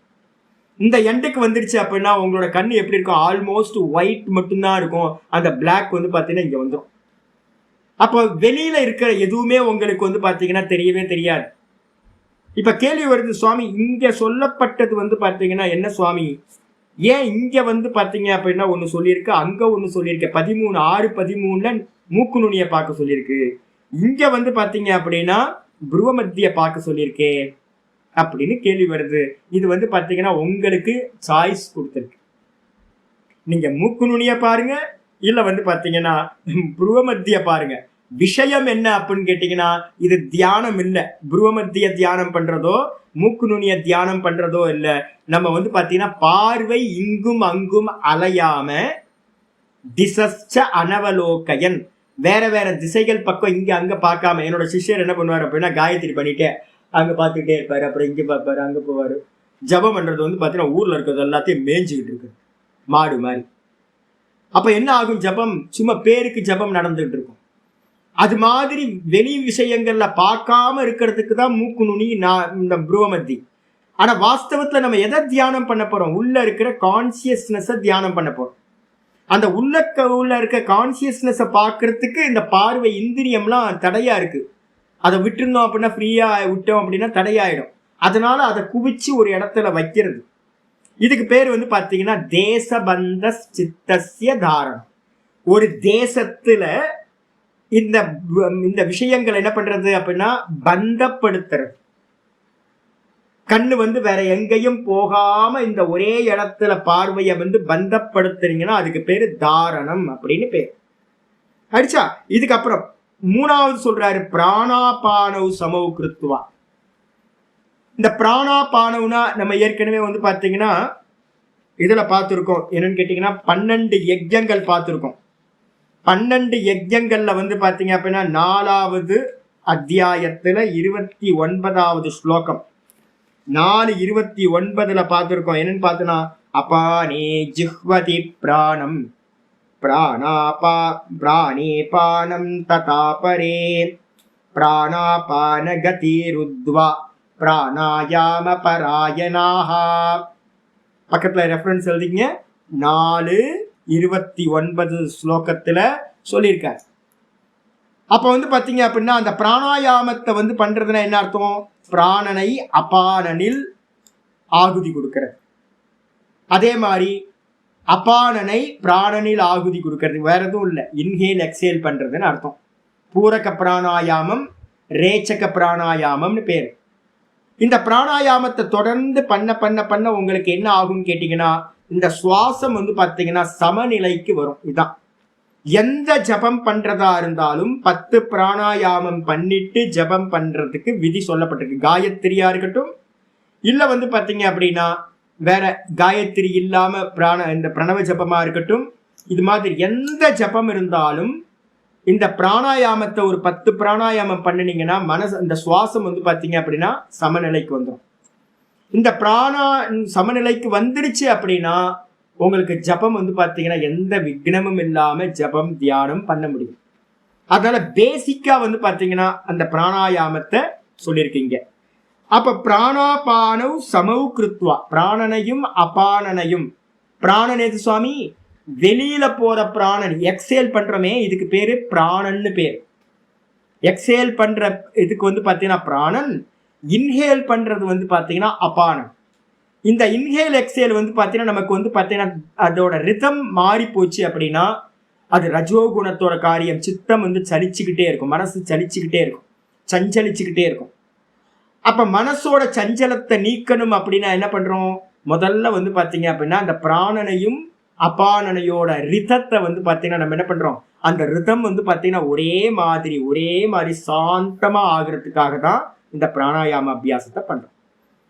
இந்த பிராணாயாமத்தை பண்ணிட்டு கிருத்வா, எங்க இருக்கு இந்த பிராண அபானன், நாசிகாபியந்தரச்சாரினம். இந்த மூக்கோட, நாசிக்கான மூக்கு, நாசிகாவோட நாசிகாபிய அப்படின்னா உள்ளுக்குள்ளார, அந்தரச்சாரினம் உள்ளுக்குள்ளார சஞ்சாரம் பண்ணக்கூடிய பிராண அபானனை சமப்படுத்தி. இன்னும் முடியல இந்த ஸ்லோகம், அடுத்தது பண்ண வேண்டியிருக்கு. அப்ப 3 சாதனைகளை இங்க சொல்லியிருக்கு. இதை நம்ம என்ன பண்ண போறோம் அப்படின்னா ஆர்டரை மாற்றி எடுக்கணும். முதல்ல வந்து பாத்தீங்கன்னா பிராணாயாமத்தை முதல்ல பண்ணணும். இந்த பிராணாயாமத்தை முதல்ல பண்ணி பிராணனை வந்து சுவாசத்தை வந்து பாத்தீங்கன்னா ஒரு சமநிலைக்கு கொண்டு வந்து, அதுக்கப்புறம் பிராணாயாமத்தோட பலன் என்ன சுவாமி அப்படின்னு கேட்டீங்கன்னா, பிராணாயாமத்தோட பலன் பிரத்யாகாரம். அஷ்டாங்க யோகத்துல சொல்லுது பிராணாயாமத்தோட பலன் எது? பிரத்யாகாரம்னு சொல்லக்கூடியது. பிரத்யாகாரம்னா என்னது? லட்சணம்லாம் சொல்றேன். பிராணாயாமத்தோட லட்சணம், பிரத்யாகாரத்தோட லட்சணம் எல்லாத்தையும் எழுதிக்கலாம். இப்போ ஒவ்வொரு அஷ்டாங்க யோகத்துல யமம் நல்லா ஆச்சுன்னா நியமம் கிடைக்கும், நியமம் நல்லா இருந்துச்சுன்னா ஆசனம் சித்தியாகும், ஆசனம் சித்தியாச்சுன்னா பிராணாயாமம் சித்தியாகும். பிராணாயாமத்தோட பலன் என்ன சுவாமி அப்படின்னா, பிராணாயாமம் ஒருத்தருக்கு நல்லா சித்தியாச்சுன்னா இந்த சென்ஸ் ஆர்கன்ஸ் வந்து பாத்தீங்கன்னா வெளியில போகாம அது இடத்துல இருக்கும், நம்ம கண்ட்ரோலுக்கு வரும். பிரத்யாகாரம் அப்படின்றது நம்ம முதல் லைன்ல பார்த்துருக்கோம்ல, ஸ்பர்ஷான் கிருத்வா பகிர்பாகியம், அது நடந்துடும். அப்ப பிராணாயாமத்தினால பிரத்யாகாரம் நல்லா நடந்துச்சு அப்படின்னா நீங்க என்ன பண்ண முடியும்? ஏதாவது ஒரு இடத்துல இந்த மனசை வந்து பாத்தீங்கன்னா தேசபந்த சித்தஸ்ய தாரணா பண்ண முடியும். நல்ல மனசை ஏதாவது ஒரு இடத்துல தாரணை பண்ண முடியும் அப்படின்னு வந்து பாத்தீங்கன்னா புரிஞ்சுக்கணும். பாஷ்யத்துக்கு வந்துட்டு நம்ம படிச்சுட்டு நம்ம இன்னும் கொஞ்சம் விஸ்தாரமா பார்க்கலாம். பாஷ்யத்துல ஆச்சாரியார் சொல்றார் ஸ்பர்ஷான். முதல் சப்தம் இருக்குல்ல, ஸ்பர்ஷான்னா என்ன அர்த்தம்? சப்தாதீன். சப்தம், ரூபம், ரசம், கந்தம், ஸ்பர்ஷம் இருக்குல்ல, இதெல்லாம் 5 இந்திரிய விஷயங்களுக்கு பேரு, சென்ஸ் விஷயங்களுக்கு பேர் வந்து பாத்தீங்கன்னா ஸ்பர்ஷான் அப்படின்னு பேர். சப்தாதீன்னு சொல்லிட்டார். சப்தம் முதலியவைகளை என்ன பண்ணணும்? கிருத்வா பகிஹி பாகியான். இதெல்லாம் எங்க இருக்கு சுவாமி அப்படின்னா வெளியில இருக்கிறது. சப்தம், ரூபம், ரசம், கந்தம்லாம் வெளியில இருக்கிற விஷயங்கள். இதை எல்லாத்தையும் வந்து பாத்தீங்கன்னா ஸ்ரோத்ராதி துவாரேன நம்ம எப்படி உள்ள கொண்டுட்டு போறோம்? மனசுக்கு காதுல சப்தத்தை கேட்கிறோம், வெளியில இருக்கிற சப்தத்தை காது மூலமா கேட்டு உள்ள மனசுக்கு அனுப்புறோம், பைப்லைன். கண்ணு மூலமா வெளியில இருக்கிற ரூபத்தை பார்த்து உள்ள அனுப்புறோம், மூக்கு மூலமா ஸ்மெல்ல உள்ள அனுப்புறோம். உள்ள மனசுதான் வந்து பாத்தீங்கன்னா சுகபோக சாதனம். எது அப்படின்னா மனசுதான் சுகத்தையும் துக்கத்தையும் அனுபவிக்கிற சாதனம்.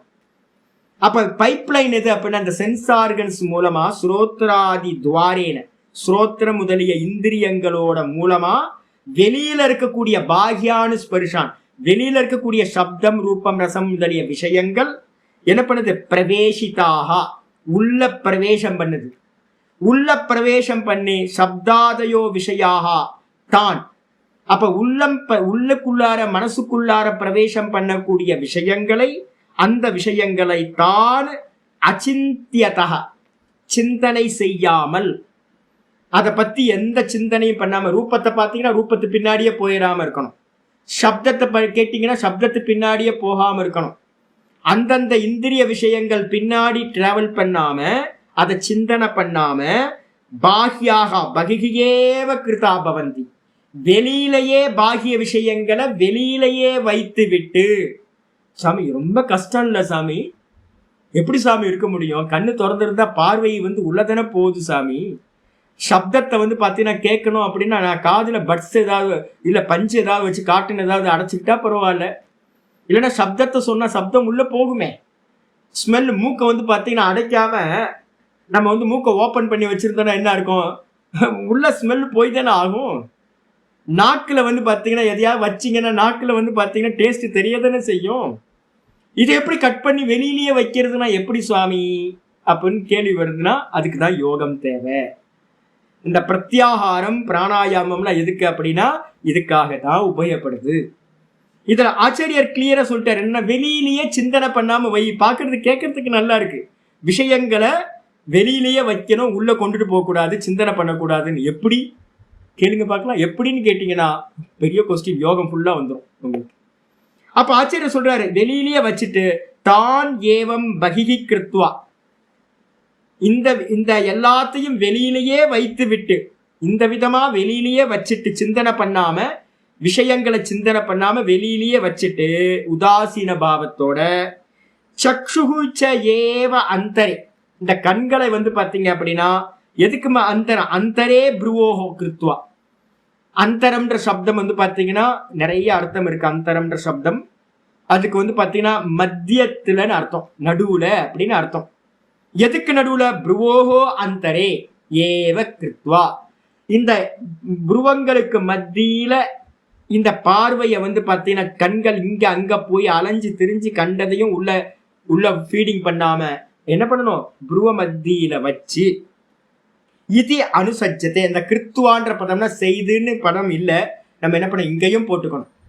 வெளி விஷயங்களை வெளியிலேயே வைத்து விட்டு, அது போலவே கண்களை புருவ மத்தியில் வைத்து விட்டு, கிருத்துவான வைத்து விட்டு, அதுக்கப்புறம் ததா அது போலவே என்ன பண்ணணும்? பிராணாபானம், பிராண அபான இந்த ரெண்டுத்தையும் நாசாபியந்தரச்சாரினவ் பிராணாபானம். இந்த மூக்குல வந்து பார்த்தீங்கன்னா சஞ்சரிக்கிற உள்ளையும் வெளியிலையும் சஞ்சரிக்கின்ற இந்த பிராணனையும் அப்பானனையும், வெளியில போச்சுன்னா பிராணன், உள்ள போச்சுன்னா அப்பானன். இது எங்க வேலை செய்யுது? இந்த மூக்கு வழியா உள்ள போகுது வெளியில வருது, உள்ள போகுது வெளியில வருது. இது மாதிரி சஞ்சாரம் பண்ணக்கூடிய அந்த பிராணன், அதை வந்து பார்த்தீங்கன்னா யோக சுதாகரத்துல சொல்லியிருக்காரு, அபியாசம் பண்ண பண்ண பண்ண அந்த சுவாசம் வந்து பார்த்தீங்கன்னா ரொம்ப மைன்யூட்டா ஆகும். இப்ப நீங்க கை வச்சு பார்த்தீங்கன்னா தெரியும். இப்ப எல்லாம் பாடம் ஒரு 76 பேர் பாடம் படிக்கிறேன்னா மனசு வந்து காலையில இருக்கும், சத்துவகுணம் பிரதானமா இருக்கு. அப்ப சத்துவகுணம் பிரதானமா போயிட்டு இருக்கும்போது மனசு சஞ்சலம் இல்லை. இப்ப கையில இப்ப வச்சு பாருங்க எவ்வளவு தூரம் உங்களோட பிராணன் வந்து வெளியில போகுதுன்னு பாருங்க. அங்குலம், எத்தனை அங்குலம் போகுதுன்னு பார்த்துக்கலாம். இந்த விரல் அளவு தான் வைப்போம், 3 விரல் 4 விரல் அப்படின்னு வச்சு பார்க்கறது. எவ்வளவு தூரம் உங்களோட சுவாசம் வந்து வெளியில வருதுன்னு பாருங்க. இப்ப வந்து பார்த்தீங்கன்னா ரொம்ப சாந்தமா வந்து பார்த்தீங்கன்னா ஒரு 4 விரல் தான் வந்துட்டு இருக்கோம், 3 விரல் 4 விரல் தான் வரும். இன்னும் ஜபம்லாம் நல்லா காயத்ரிலாம் பண்ணிட்டு வந்திருந்தீங்க அப்படின்னா இன்னும் மைன்யூட்டா இருக்கும். பிராணாயாமம் ஒரு 10 பிராணாயாமம் பண்ணிட்டு ஜபம் பண்ணிட்டு வந்திருந்தீங்கன்னா இன்னும் மைன்யூட்டா இருக்கும்.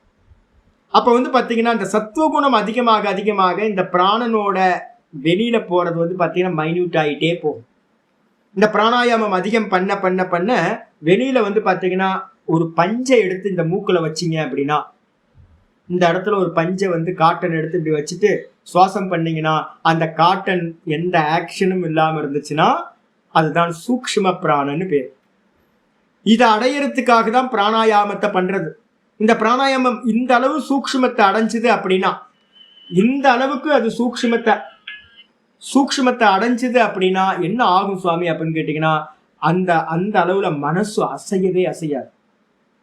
அப்ப பிராணாயாமத்தை வந்து பாத்தீங்கன்னா இந்த அளவுக்கு வந்து பாத்தீங்கன்னா சமம் பண்ணணும். சுவாமி இதை என்ன நீங்களா சொல்றீங்களா அப்படின்னு கேட்டீங்கன்னா, நானா சொல்லலைங்க.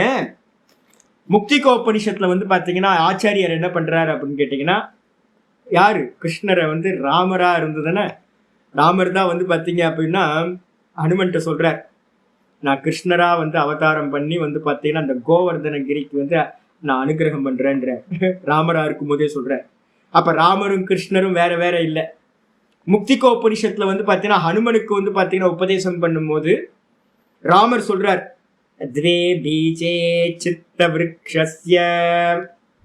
இந்த சித்தம்ன்றது ஒரு பெரிய விருட்சமா இருக்கு, இந்த மனசுன்றது ஒரு பெரிய விருட்சம். இந்த விருட்சத்துக்கு வந்து பாத்தீங்கன்னா 2 பீஜங்கள் இருக்கு, 2 விதை இருக்கு. என்ன அப்படின்னா பிராணஸ்பந்தன வாசனே. த்வே பீஜே சித்த விருக்ஷஸ்ய பிராணஸ்பந்தன வாசனே. பிராணனோட அசைவு இருக்குல்ல, பிராணன் அசஞ்சா மனசு அசையும், மனசு அசஞ்சா பிராணன் அசையும். இந்த 2ம் வந்து பாத்தீங்க அப்படின்னா ஒன்னை ஒண்ணு சார்ந்ததா இருக்கிறது. அப்ப இந்த சித்தம்னு மனசுன்ற விருட்சத்துக்கு 2 இருக்கு. பிராணஸ்பந்தனம் பிராணனோட அசைவு கூட வந்து பாத்தீங்கன்னா நம்மளுடைய வாசனா, உள்ளுக்குள்ள இருக்க வாசனா. இந்த 2ம் ஏகஸ்மின்ச்ச தயோக்ஷீனே க்ஷிப்ரம் த்வே அபி நஷ்யதா. இதுல ஏதாவது ஒன்ன நீங்க கை வச்சு கண்ட்ரோல் பண்ணீங்க அப்படின்னா, ஒன்னு நாசமாச்சு அப்படின்னா இன்னொன்னும் நாசமாயிடும். அப்ப அதனால என்ன பண்ணணும் அப்படின்னா, இந்த மனசுக்கு வந்து பாத்தீங்கன்னா 2 விங்ஸ் இருக்குன்னு இன்னொரு இடத்துல சொல்லியிருக்கு. இந்த ஜீவன் தான் மனசு. இந்த ஜீவனுக்கு வந்து 2 ரெக்கைகள் இருக்கு. ஒண்ணு வந்து பாத்தீங்க அப்படின்னா என்னது அப்படின்னு கேட்டீங்கன்னா, ஒண்ணு மனசு, ஒண்ணு வந்து பாத்தீங்கன்னா ஜீவனோட ஒரு ரெக்க மனசு, ஒரு ரெக்க வந்து பாத்தீங்கன்னா பிராணன். ஒரு ரெக்கையை நீங்க கட் பண்ணீங்கன்னா இன்னொரு ரெக்கையும் போயிடும். அப்ப ஜீவன் வந்து பாத்தீங்கன்னா நான் ஜீவன் இருக்கனே, இந்த நானை வந்து பாத்தீங்கன்னா நானை வந்து பாத்தீங்கன்னா வெறுமனே விடணும் அப்படின்னா என்ன பண்ணணும்? ஏதாவது மனசை கை வைக்கணும், அதை நிரோதம் பண்ணணும். இல்ல அப்படின்னா பிராணனை நிரோதம் பண்ணணும். அந்த பிராணனை நிரோதம் பண்றது ரொம்ப ஈஸி, மனசுல கை வைக்கிறது ரொம்ப சூக்ஷ்மமா இருக்கு. அதனால வந்து பாத்தீங்க அப்படின்னா முக்திகோபனிஷத்துல 2வது அத்தியாயம் 27வது ஸ்லோகத்துல ஆச்சாரியர் சொல்றாரு, ஏ அனுமனே, நீ என்ன பண்ணு, இதுல ஏதாவது ஒன்ன நாசம் பண்ணாலும் உனக்கு வந்து பாத்தீங்கன்னா ரெண்டுமே இல்லாம போயிடும். அப்ப மனசை நாசம் பண்ணணும்னு யாராவது நினைச்சீங்க அப்படின்னா அந்த மனசை நாசம் பண்றதுக்கு விருத்தி நிரோதம் இல்லாம விருத்திய நிரோதம் பண்றதுக்கு பிராண நிரோதம் ரொம்ப முக்கியமா சாஸ்திரத்துல சொல்லப்பட்டிருக்கு. அது மட்டும் இல்லாம வந்து பாத்தீங்கன்னா ஆச்சாரியார் என்ன பண்றார், இந்த பிராணாயாமத்தினால என்ன கிடைக்கும்? ஸ்லோகம் முடிஞ்சு போச்சு, ஸ்லோகம் பாதியில நிக்குது, அடுத்த ஸ்லோகம் கண்டினியூ ஆகும். இந்த பிராணாயாமத்தினால என்னெல்லாம் சுவாமி நடக்கும் அப்படின்னு கேட்டீங்கன்னா, பிராணாயாமத்தோட சூத்திரங்கள் வந்து பாத்தீங்க அப்படின்னா ஆச்சாரியார் வந்து பாத்தீங்கன்னா யோக சூத்திரத்திலிருந்து நம்ம வந்து எடுக்கணும். இது நான் பண்ணலைங்க, அஷ்ட டீக்கா அப்படின்னு வந்து கீதாக்கு மேல பாஷ்யத்துக்கு மேல 8 டீக்காக்காரங்க இருக்காங்க. பெரிய பெரிய சுவாமிகள், பெரிய பெரிய ரிஷிமார்கள்லாம் வந்து பாத்தீங்க அப்படின்னா இருக்காங்க. அவங்க எல்லாரும் வந்து பாத்தீங்கன்னா நிறைய யோகத்தை, இப்ப நான் சொல்லக்கூடிய யோகங்கள் எல்லாம் மதுசூதன சரஸ்வதி நம்மளுடைய கீதாவோட தியான ஸ்லோகம் இருக்குல்ல, அதை எழுதினவர் ஒரு டீக்கா இருக்கார், மதுசூதன சரஸ்வதி, கூட்டார்த்த தீபிகான்னு ஒரு பேர். அதுல ஃபுல்லா வந்து பாத்தீங்கன்னா யோக சூத்திரத்தை ஃபுல்லா கொட்டேஷன் கொடுத்துக்கிட்டே வர. அதுக்கப்புறம் நீலகண்டிய டீக்கான்னு ஒண்ணு இருக்கு, நீலகண்டி அப்படின்னு ஒருத்தர் எழுதினார், அவரோடதுலயே ஃபுல்லா இருக்கு. பெரியவங்க எல்லாம் யோகத்தை கொண்டு வந்துடுறாங்க. இப்ப நான் பேசுறது எல்லாம் அவங்கள பேஸ் பண்ணி தான் பேசிட்டு இருக்கேன். இப்ப வந்து ஆச்சாரியர் என்ன பண்றாரு அப்படின்னா, பிராணாயாமம்னா என்ன சுவாமி அப்படின்னா ஒவ்வொன்றா வரும். முதல்ல பிராணாயாமம்னா என்னது அப்படின்னா யோக சூத்திரத்துல 1:34 யோக சூத்திரத்துல வந்து பாத்தீங்கன்னா 1:34 வந்து பாத்தீங்கன்னா பிராணாயாமத்தை வந்து பாத்தீங்கன்னா சொல்லுது, பிரச்சர்தன விதாரணாபியாம் வா பிராணஸ்ய. சூத்திரம் வந்து பாத்தீங்கன்னா பிரச்சர்தன விதாரணாபியாம் வா பிராணஸ்ய, பூரகம் ரேச்சகம் கும்பகம், இந்த 3 பண்றதுக்கு பேர் தான் பிராணாயாமம் அப்படின்னு அந்த சூத்திரத்துல சொல்லியிருக்கு. அந்த சூத்திரத்துல வந்து பாத்தீங்கன்னா ரொம்ப தெளிவா சொல்லுது, பிரச்சர்தனா எக்ஸேல் பண்றது, விதாரணம் அப்படின்னா ஹோல்டு பண்றது, எக்ஸேல் பண்ணிட்டு வந்து பாத்தீங்கன்னா கும்பகம் பண்றது பாகிய கும்பகம், அதுக்கப்புறம் வந்து பாத்தீங்கன்னா இன்ஹேல் பண்ணிட்டு உள்ளேயோ ஹோல்டு பண்றது ஆந்தர கும்பகம், திரும்ப எக்ஸேல்.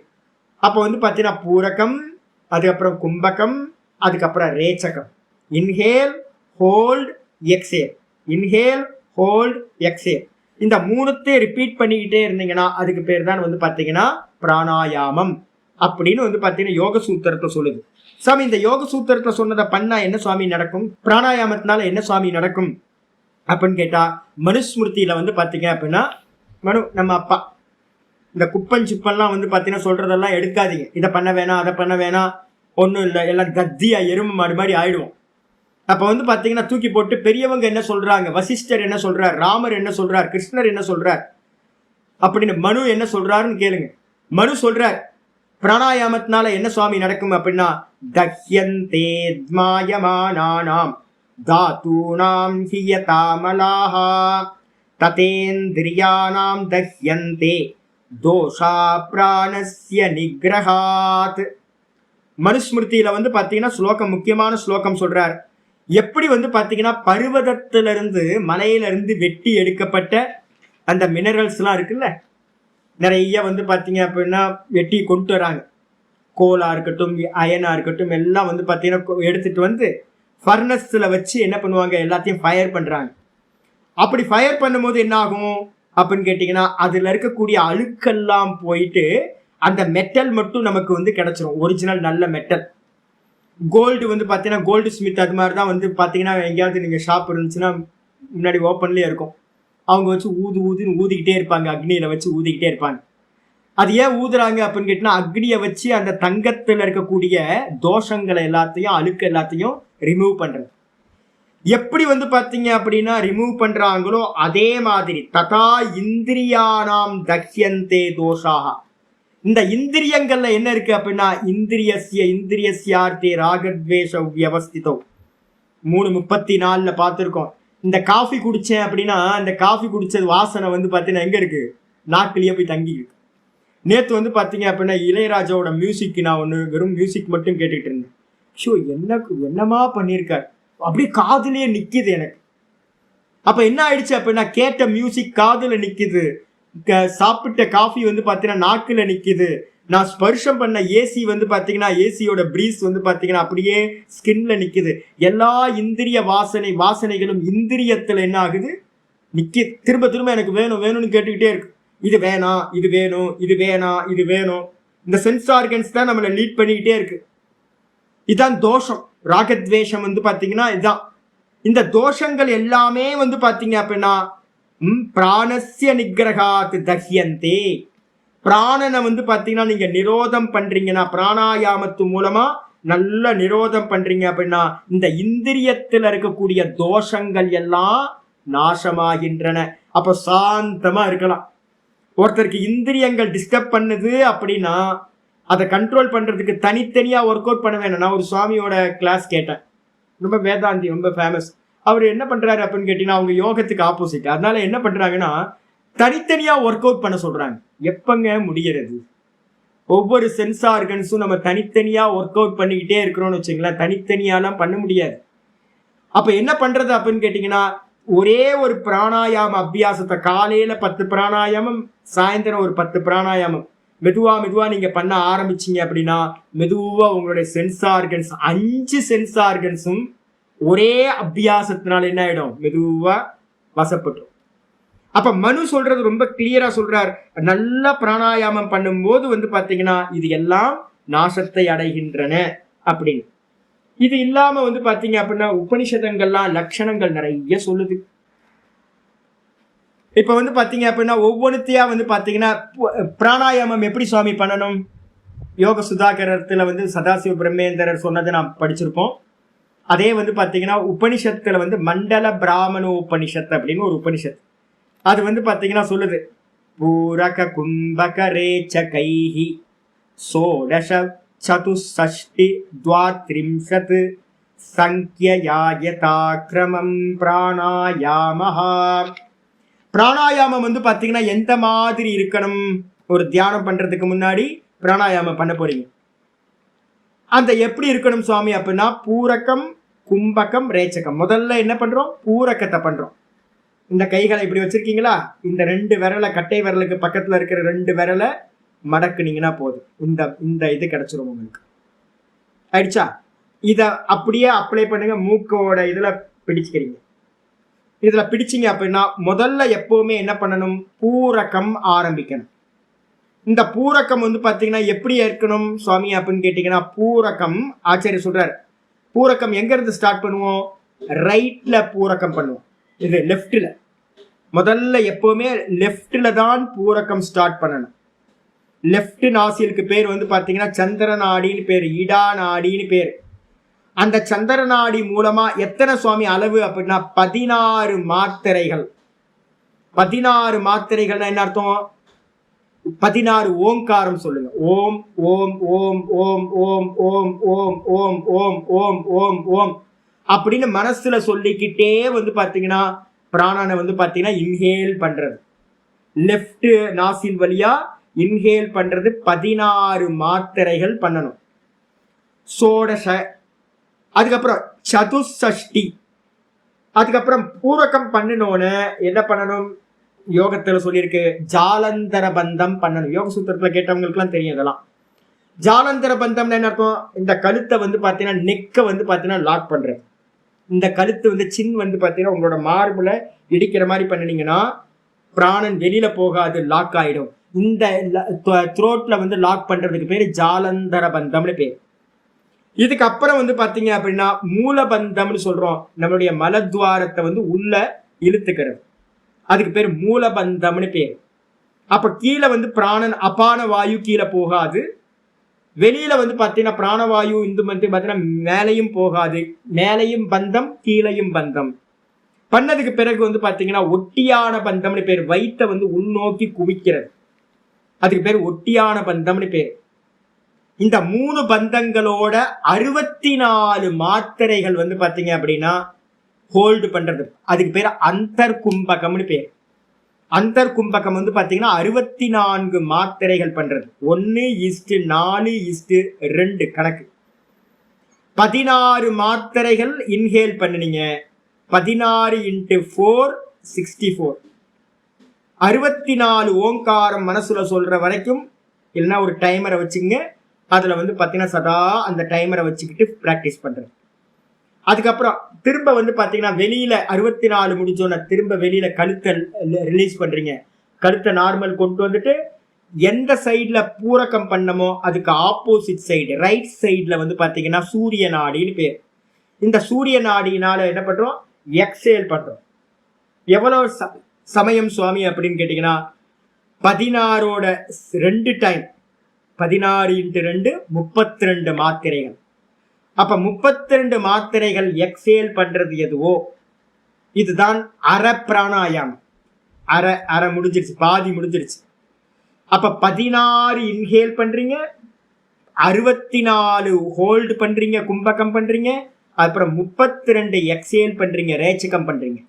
இது பண்ணதுக்கு பிறகு திரும்ப எந்த இதுல ரேச்சகம் பண்ணுனீங்களோ அதே நாசில்ல, ரைட் நாசில்ல திரும்ப 16 அளவுக்கு வந்து பாத்தீங்கன்னா பூரகம் பண்ணணும். திரும்ப ஹோல்டு 64 செகண்ட் வந்து பாத்தீங்கன்னா ஹோல்டு பண்ணணும். திரும்ப வந்து ஆப்போசிட்ல லெப்ட்ல வந்து பாத்தீங்கன்னா எக்ஸேல் பண்ணணும் 32. அப்ப 16 64 32 திரும்ப 16 64 32 பண்ணீங்கன்னா ஒரு பூரணமான பிராணாயாமம் சம்பவிச்சு. ஆனா சாமி இது எப்போ சாமி முடியுறது, ஐயோ என்னால முடியாது சாமி அப்படின்னா அந்த பிராணாயாமத்துக்கு என்ன பண்றோம், மெதுவா மெதுவா மெதுவா அதை அபியாசம் பண்ணி கொண்டுட்டு வரணும். மெதுவா மெதுவா அபியாசம் பண்ணணும்னா என்ன சுவாமி அப்படின்னு கேட்டீங்கன்னா 8 8 8ல ஆரம்பிங்க. 8 செகண்ட் வந்து பாத்தீங்கன்னா இன்ஹேல், அதுக்கப்புறம் 8 செகண்ட் ஹோல்டு, அதுக்கப்புறம் 8 செகண்ட் எக்ஸேல். அப்புறம் கொஞ்சம் ஒரு மாசம் கழிச்சு வந்து பாத்தீங்கன்னா 10 செகண்ட் 10 செகண்ட் 10 செகண்ட் கொண்டு வாங்க. 10 10 10 10 இன்ஹேல், 10 ஹோல்டு, 10 வந்து பாத்தீங்கன்னா எக்ஸேல். பூரகம் 10, கும்பகம் 10, ரேச்சகமும் 10. இது மாதிரி 10 ரவுண்டு. அப்புறம் மெதுவா 12 12 12 எல்லாம் ஒரு 2 மாசம் 2 மாசம் 2 மாசம் 2 மாசம் கணக்கு வச்சுக்கிட்டே பண்ணுங்க. அப்போ ஒரு திரும்ப வந்து ஒரு 12 12 பண்ணு ப்ராக்டிஸ் பண்ணுங்க. அப்புறம் மெதுவா என்ன பண்ணுங்க அப்படின்னா 12 வச்சுக்கிட்டு 12 16 12 நடுவில் இருக்கிற கும்பகத்தை இன்க்ரீஸ் பண்ணுங்க. 12 16 12 12 16 12 மட்டும் ப்ராக்டிஸ் பண்றது ஒரு 2 மாசம் ப்ராக்டிஸ் பண்றது. இதுக்கப்புறம் 12 20 12 12 24 12 12 32 12 மெதுவா அந்த நடுவில் இருக்க கும்பகத்தை மட்டும் என்ன பண்றீங்க, இன்க்ரீஸ் பண்ணிக்கிட்டே போங்க. ஒரு 32 வந்ததுக்கு பிறகு கும்பகம் மெதுவா என்ன பண்ணுங்க, பூரகத்தை வந்து பாத்தீங்கன்னா 16 கொண்டு வாங்க. 16 32 12 16 32 12 மட்டும் கொஞ்சம் நல்லா பண்ணிக்கிட்டே வாங்க. மெதுவா என்ன பண்ணுங்க 16 32 14 ரேச்சகத்தை மெதுவா இன்க்ரீஸ் பண்ற 14க்கு கொண்டு வாங்க. இதை கொஞ்ச நாள் பண்ணிக்கிட்டே இருக்கும் போது இந்த பூரகம் 16 தான். அப்ப பூரகத்தை 16லயே வச்சுக்கிட்டு திரும்ப என்ன பண்ணுங்க, இதை இன்க்ரீஸ் பண்ணுங்க. கும்பகத்தை வந்து 32ல இருந்து 36 40 42 45 இப்படியே மெதுவா 4 நாளா இன்க்ரீஸ் பண்ணிக்கிட்டே போறது. ஒரு நல்ல இதாகும் போது மெதுவா அந்த ரேச்சகத்தை வந்து பாத்தீங்கன்னா ஒவ்வொன்னா இன்க்ரீஸ் பண்ணுங்க. ரேச்சகத்தை வந்து அவ்வளோ ஈஸியா அதிகப்படுத்திடாதீங்க, ரொம்ப கஷ்டமானது அதுதான். அப்ப மெதுவா ரேச்சகத்தை வந்து 14 15 16 17 18ன்னு இதை மெதுவா இன்க்ரீஸ் பண்ணிக்கிட்டே வரணும். கும்பகத்தை வந்து பாத்தீங்கன்னா 4 நாளா இன்க்ரீஸ் பண்ணணும். ரேச்சகத்தை ஒன்னா இன்க்ரீஸ் பண்ணணும். பூரகம் வந்து 16 ஈஸியா 16க்கு வந்துடலாம். ஒரு 3 மாசம் 6 மாசத்துக்குள்ளாரியே 16 ரேச்சகத்துக்கு வந்துடலாம். இது பூரகத்துக்கு. பூரகம் அப்படியே 16லயே நிற்கும். அப்புறம் மெதுவா நீங்க வந்து கும்பகத்தை அதிகப்படுத்திக்கிட்டே போவீங்க. அப்புறம் ரேச்சகத்தை வந்து ஒவ்வொரு மாத்திரையா இன்க்ரீஸ் பண்ணுவீங்க. இது மெதுவா பிராக்டிஸ் ஆக ஒரு வருஷம் 1.5 வருஷம் ஆகும்போது நீங்க என்ன பண்ணலாம், மெதுவா ரொம்ப ஈஸியா 16 64 32க்கு வந்துடலாம். இப்போ வந்து பாத்தீங்கன்னா சிரவண காலம் மனனம் பண்றீங்க அப்படின்னா அவ்வளோலாம் போக வேணும். 12 12 12 சமவிருத்தி பிராணாயாமம்னு பேர். இந்த 12 வச்சுக்கிட்டு ஒரு 10 ரவுண்டு டெய்லி காலையில 10 ரவுண்டு, ஈவினிங் 10 ரவுண்டு பண்ணீங்கன்னா உங்களுக்கு வந்து பார்த்தீங்கன்னா லயமாகாது, மனசு நல்ல வேதாந்த சிரவணத்துக்கு ஏற்ற மாதிரி ஆகும். நிதித்தியாசனத்துக்கு போறவனுக்கு தான் இப்ப நம்ம என்ன பண்றோம், சமாதி அபியாசத்துக்கு போறதுக்கு தான் 16, 64, 32 மாத்திரைகள் நம்ம சொல்றோம். அப்ப மண்டல பிராமண உபனிஷத்துல 1:6 வந்து பாத்தீங்கன்னா இந்த அளவு வந்து பாத்தீங்கன்னா கிளியரா சொல்லியிருக்கு. மண்டல பிராமண உபனிஷத்து ரொம்ப ஃபேமஸான உபனிஷத்து இது. மண்டல பிராமண உபனிஷத்துல வந்து பாத்தீங்கன்னா 1:6. அதுக்கப்புறம் இதை செய்ய என்ன சுவாமி நடக்கும் அப்படின்னா வந்து பாத்தீங்கன்னா இது நடக்குமே, உங்களுக்கு வந்து பாத்தீங்கன்னா அந்த பிரத்யாகாரம் நடக்குமே. பிரத்யாகாரம்னா என்ன சுவாமி லட்சணம் அப்படின்னு கேட்டீங்கன்னா, விஷயேபியோ இந்திரியார்த்தேபியோ மனோ நிரோதனம் பிரத்யாகாரம். விஷயங்கள்ல இருந்தும் இந்த இந்திரியங்கள்ல இருந்தும் மனசை வந்து டிஸ்கனெக்ட் பண்றது எதுவோ அதுக்கு பேரு பிரத்யாகாரம் அப்படின்னு பேரு. 1:7 மண்டல பிராமண உபனிஷத்திலேயே 1:7 சொல்லுது, விஷயேபியக விஷயங்கள்ல இருந்து, இந்திரியேபியோ இந்திரியங்களையும் மனதையும் என்ன பண்றது, நிரோதனம் பண்றது, டிஸ்கனெக்ட் பண்றது எதுவோ அதுக்கு பேர் வந்து பாத்தீங்கன்னா பிரத்யாகாரம். இந்த பிரத்யாகாரம் தனியா பண்றதா அப்படின்னு கேட்டீங்கன்னா, பிரத்யாகாரம் தனி பிராக்டிஸ் இல்ல, நல்லா புரிஞ்சுங்க. தனியான பிராக்டிஸ் இல்ல, பிராணாயாமத்தோட பலன்தான் பிரத்யாகாரம். அது ஃப்ரூட். அதை வந்து பிரத்யாகாரத்தை பண்ண முடியாது. பிராணாயாமத்தை பண்ணலாம், ஆனா பிரத்யாகாரத்தை பண்ண முடியாது. அப்ப பிராணாயாமம் யாருக்கு வந்து பாத்தீங்கன்னா நல்ல அபியாசம் அதிகமாகுதோ, 10 பண்றது 20 ரவுண்டு பண்ணுங்க. 20 ரவுண்டு வந்து பிராணாயாமம் 12 இப்பவே கூட பிராக்டிஸ் பண்ணி பார்க்கலாம். லீவ் 3 நாள் லீவ் வருது. 12 பிராணாயாமத்தை ஒரு 20 ரவுண்டு பண்ணீங்கன்னா ஒரு 2 மணி நேரத்துக்கு உங்க இந்திரியம் எப்படி இருக்குன்னா, பெட்ரோல் இல்லாத மாதிரி ஆஃப் ஆயிரும், ஃபுல்லா ஆஃப் ஆயிரும். மனசு வந்து பாத்தீங்கன்னா பிரசன்னமா இருக்கும், ரொம்ப ஆனந்தமா என்ஜாய் பண்ண முடியும். அப்போ இது இன்க்ரீஸ் ஆக என்ன ஆகும், பிராணாயாமம் அதிகப்படுத்த என்ன ஆகும் அப்படின்னா, இந்திரியங்கள் விஷயங்கள்ல போகாம தானா நிற்கும். என்ன சப்தம் வந்தாலும் சப்தத்து பின்னாடி போகாது, எந்த ரூபங்கள் பின்னாடியும் போகாது, அப்படியே நிற்கும் இந்திரியங்கள் எல்லாம். அதுக்கு பேர் தான் வந்து பாத்தீங்கன்னா தாரணான்னு பேரு. இந்த தாரணையை வந்து பாத்தீங்கன்னா 1:7 வந்து பாத்தீங்கன்னா மண்டல பிராமண உபனிஷத்து சொல்லுது. யோக சூடாமணி உபனிஷத்து என்ன சொல்லுது அப்படின்னா, அதுக்கு ஒரு லட்சணம் சொல்லுது, சரதாம் சக்ஷுராதீனாம் விஷயேஷு யதாக்கிரமம் யத்து பிரத்யாகரணம் தேஷாம் பிரத்யாகாரஸ்ஸ உச்சியதே. யோக சூடாமணியில வந்து பாத்தீங்கன்னா 120வது ஸ்லோகம். நேத்து நான் இதை சொன்னேன். என்ன ஸ்லோகம் இருக்கு அப்படின்னா, சரதாம் சக்ஷுராதீனாம், இந்த கண்கள் முதலிய இந்திரியங்கள் விஷயங்களை நோக்கி போயிட்டே இருக்கு, வெளியில போயிட்டே இருக்கு. சரதாம் சக்ஷுராதீனாம், வெளியில போகக்கூடிய இந்திரியங்களை விஷயேஷு எங்க போயிட்டு இருக்கு, விஷயங்கள்ல போயிட்டு இருக்கு, ஆப்ஜெக்டா இருக்கிற விஷயங்கள்லயே போயிட்டு இருக்கு. இத வந்து பாத்தீங்கன்னா யதாக்கிரமம் ஒவ்வொன்னுத்தையா வந்து பாத்தீங்கன்னா எத்து பிரத்யாகரணம், உள்ள வெளியில போயிட்டு இருக்கிறத கொண்டுட்டு ரிட்டர்ன் கொண்டு வந்து, பிரத்யாகரணம்ன்றதுக்கு அர்த்தம் வெளியில போறத திரும்ப ரிட்டர்ன் கொண்டுட்டு வந்து அந்தந்த இந்திரியங்கள்லயே எஸ்டாப்ளிஷ் பண்றது எதுவோ அதுக்கு பேரு பிரத்யாகாரம்னு பேரு. அப்ப பிரத்யாகாரம் தான் வந்து பாத்தீங்க அப்படின்னா முக்கியமானது. இது வந்து பாத்தீங்கன்னா பிரத்யாகாரம் சொல்றீங்களா சாமி, இதெல்லாம் யோக டெர்மினாலஜி சாமி அப்படின்னா ஒன்றும் இல்லைங்க. இதே லட்சணம் தான் வந்து பாத்தீங்க அப்படின்னா தமத்துக்கு வந்து பாத்தீங்கன்னா சொல்லப்பட்டிருக்கு. தமத்துக்கு வந்து பாத்தீங்க அப்படின்னா சொல்லுது, விவேக சூடாமணியில் ஆச்சாரியர் சங்கரர் சொல்றார் 23வது ஸ்லோகம், விஷயேப்ய பராவர்த்திய ஸ்தாபனம் ஸ்வஸ்வகோலகே உபயேஷாமிந்திரியானாம் சதம பரிகீர்த்திதா. விஷயங்கள்ல போயிட்டு இருக்கிற இந்த இந்திரியங்களை, வெளிமுகமா போற இந்திரியங்களை ஸ்தாபனம் நல்லா தடுத்து நிப்பாட்டி, ஸ்வஸ்வகோலகே கண்ணுன்ற இந்திரியம் வெளியில போகுது, இதை தடுத்து நிப்பாட்டி கண்ணிலேயே நிப்பாட்டணும். காதுல இருக்கக்கூடிய ஸ்ரோத்திரியந்திரியம் வெளியில சப்தத்தோட கனெக்ட் ஆகுது, அதை தடுத்து காதுலேயே நிப்பாட்டணும். மூக்குல இருக்கிற இந்திரியம் வெளியில போய் ஸ்மெல்லோட கனெக்ட் ஆகுது, அதை தடுத்து மூக்குலேயே நிப்பாட்டணும். ஸ்தாபனம் ஸ்வஸ்வகோலகே, அதது இடத்திலேயே ஸ்தாபனம் எஸ்டாப்ளிஷ் பண்றது எதுவோ உபயேஷாம் இந்திரியானம் கர்மேந்திரியங்களையும் ஞானேந்திரியங்களையும் 2 இந்திரியங்களையும் தடுத்து நிப்பாற்றுறது எதுவோ ச தமக பரிகீர்த்திதக அதுதான் தமம் என்று சொல்லப்படுகிறது. அப்ப யோகத்துல வந்து பாத்தீங்க அப்படின்னா பிரத்யாகாரம்னு பேரு, வேதாந்தத்துல அதுக்கு என்ன பேரு தமஹான்னு பேரு. அப்ப அந்த தமத்தை வந்து பாத்தீங்கன்னா பண்றதுக்கு எது சாதனம் அப்படின்னு கேட்டீங்கன்னா நல்லா வந்து பாத்தீங்கன்னா தமம் சித்தியாகணும், பிரத்யாகாரம் சித்தியாகணும்னா அதுக்கு சாதனம் எது அப்படின்னு கேட்டீங்கன்னா பிராணாயாமம் அப்படின்னு புரிஞ்சுக்கணும். அதனால முதல்ல வந்து பாத்தீங்கன்னா பிராணாயாமத்தை பண்றதுதான் சாதனமா சொல்லப்பட்டிருக்கு. இதோட இன்னைக்கு பாடம் நிக்கட்டும், ஒவ்வொன்றா பார்த்துக்கிட்டே போவோம்.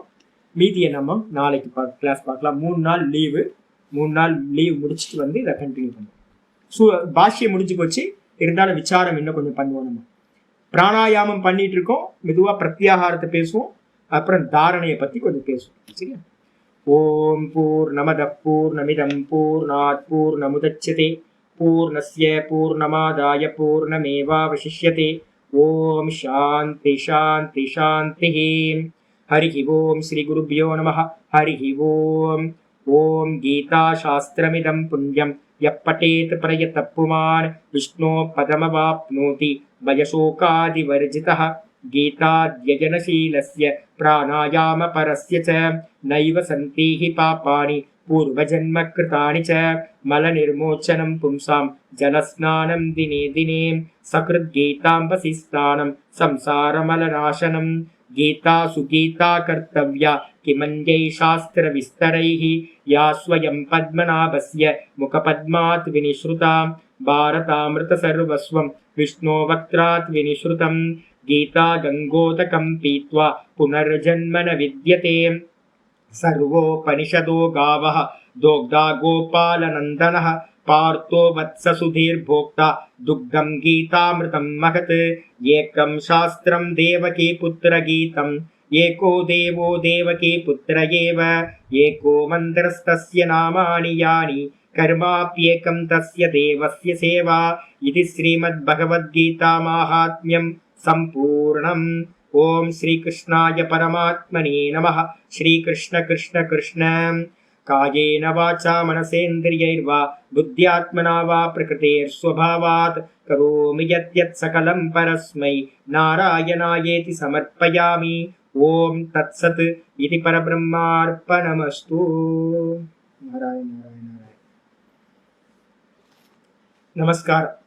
இப்போ நம்ம பேசிக்கிட்டு இருக்கிறது 18வது சாப்டர் வரைக்கும் போக போகுது. அதனால வந்து பாத்தீங்கன்னா ஒண்ணு சகுணம் இல்லைன்னா நிர்குணம், 2த்தை பத்தியும் பேச போறோம். அதனால பேசிக்கா இதெல்லாம் இது பண்ணுங்க, மெதுவா பிராக்டிஸ் பண்ண ஆரம்பிங்க.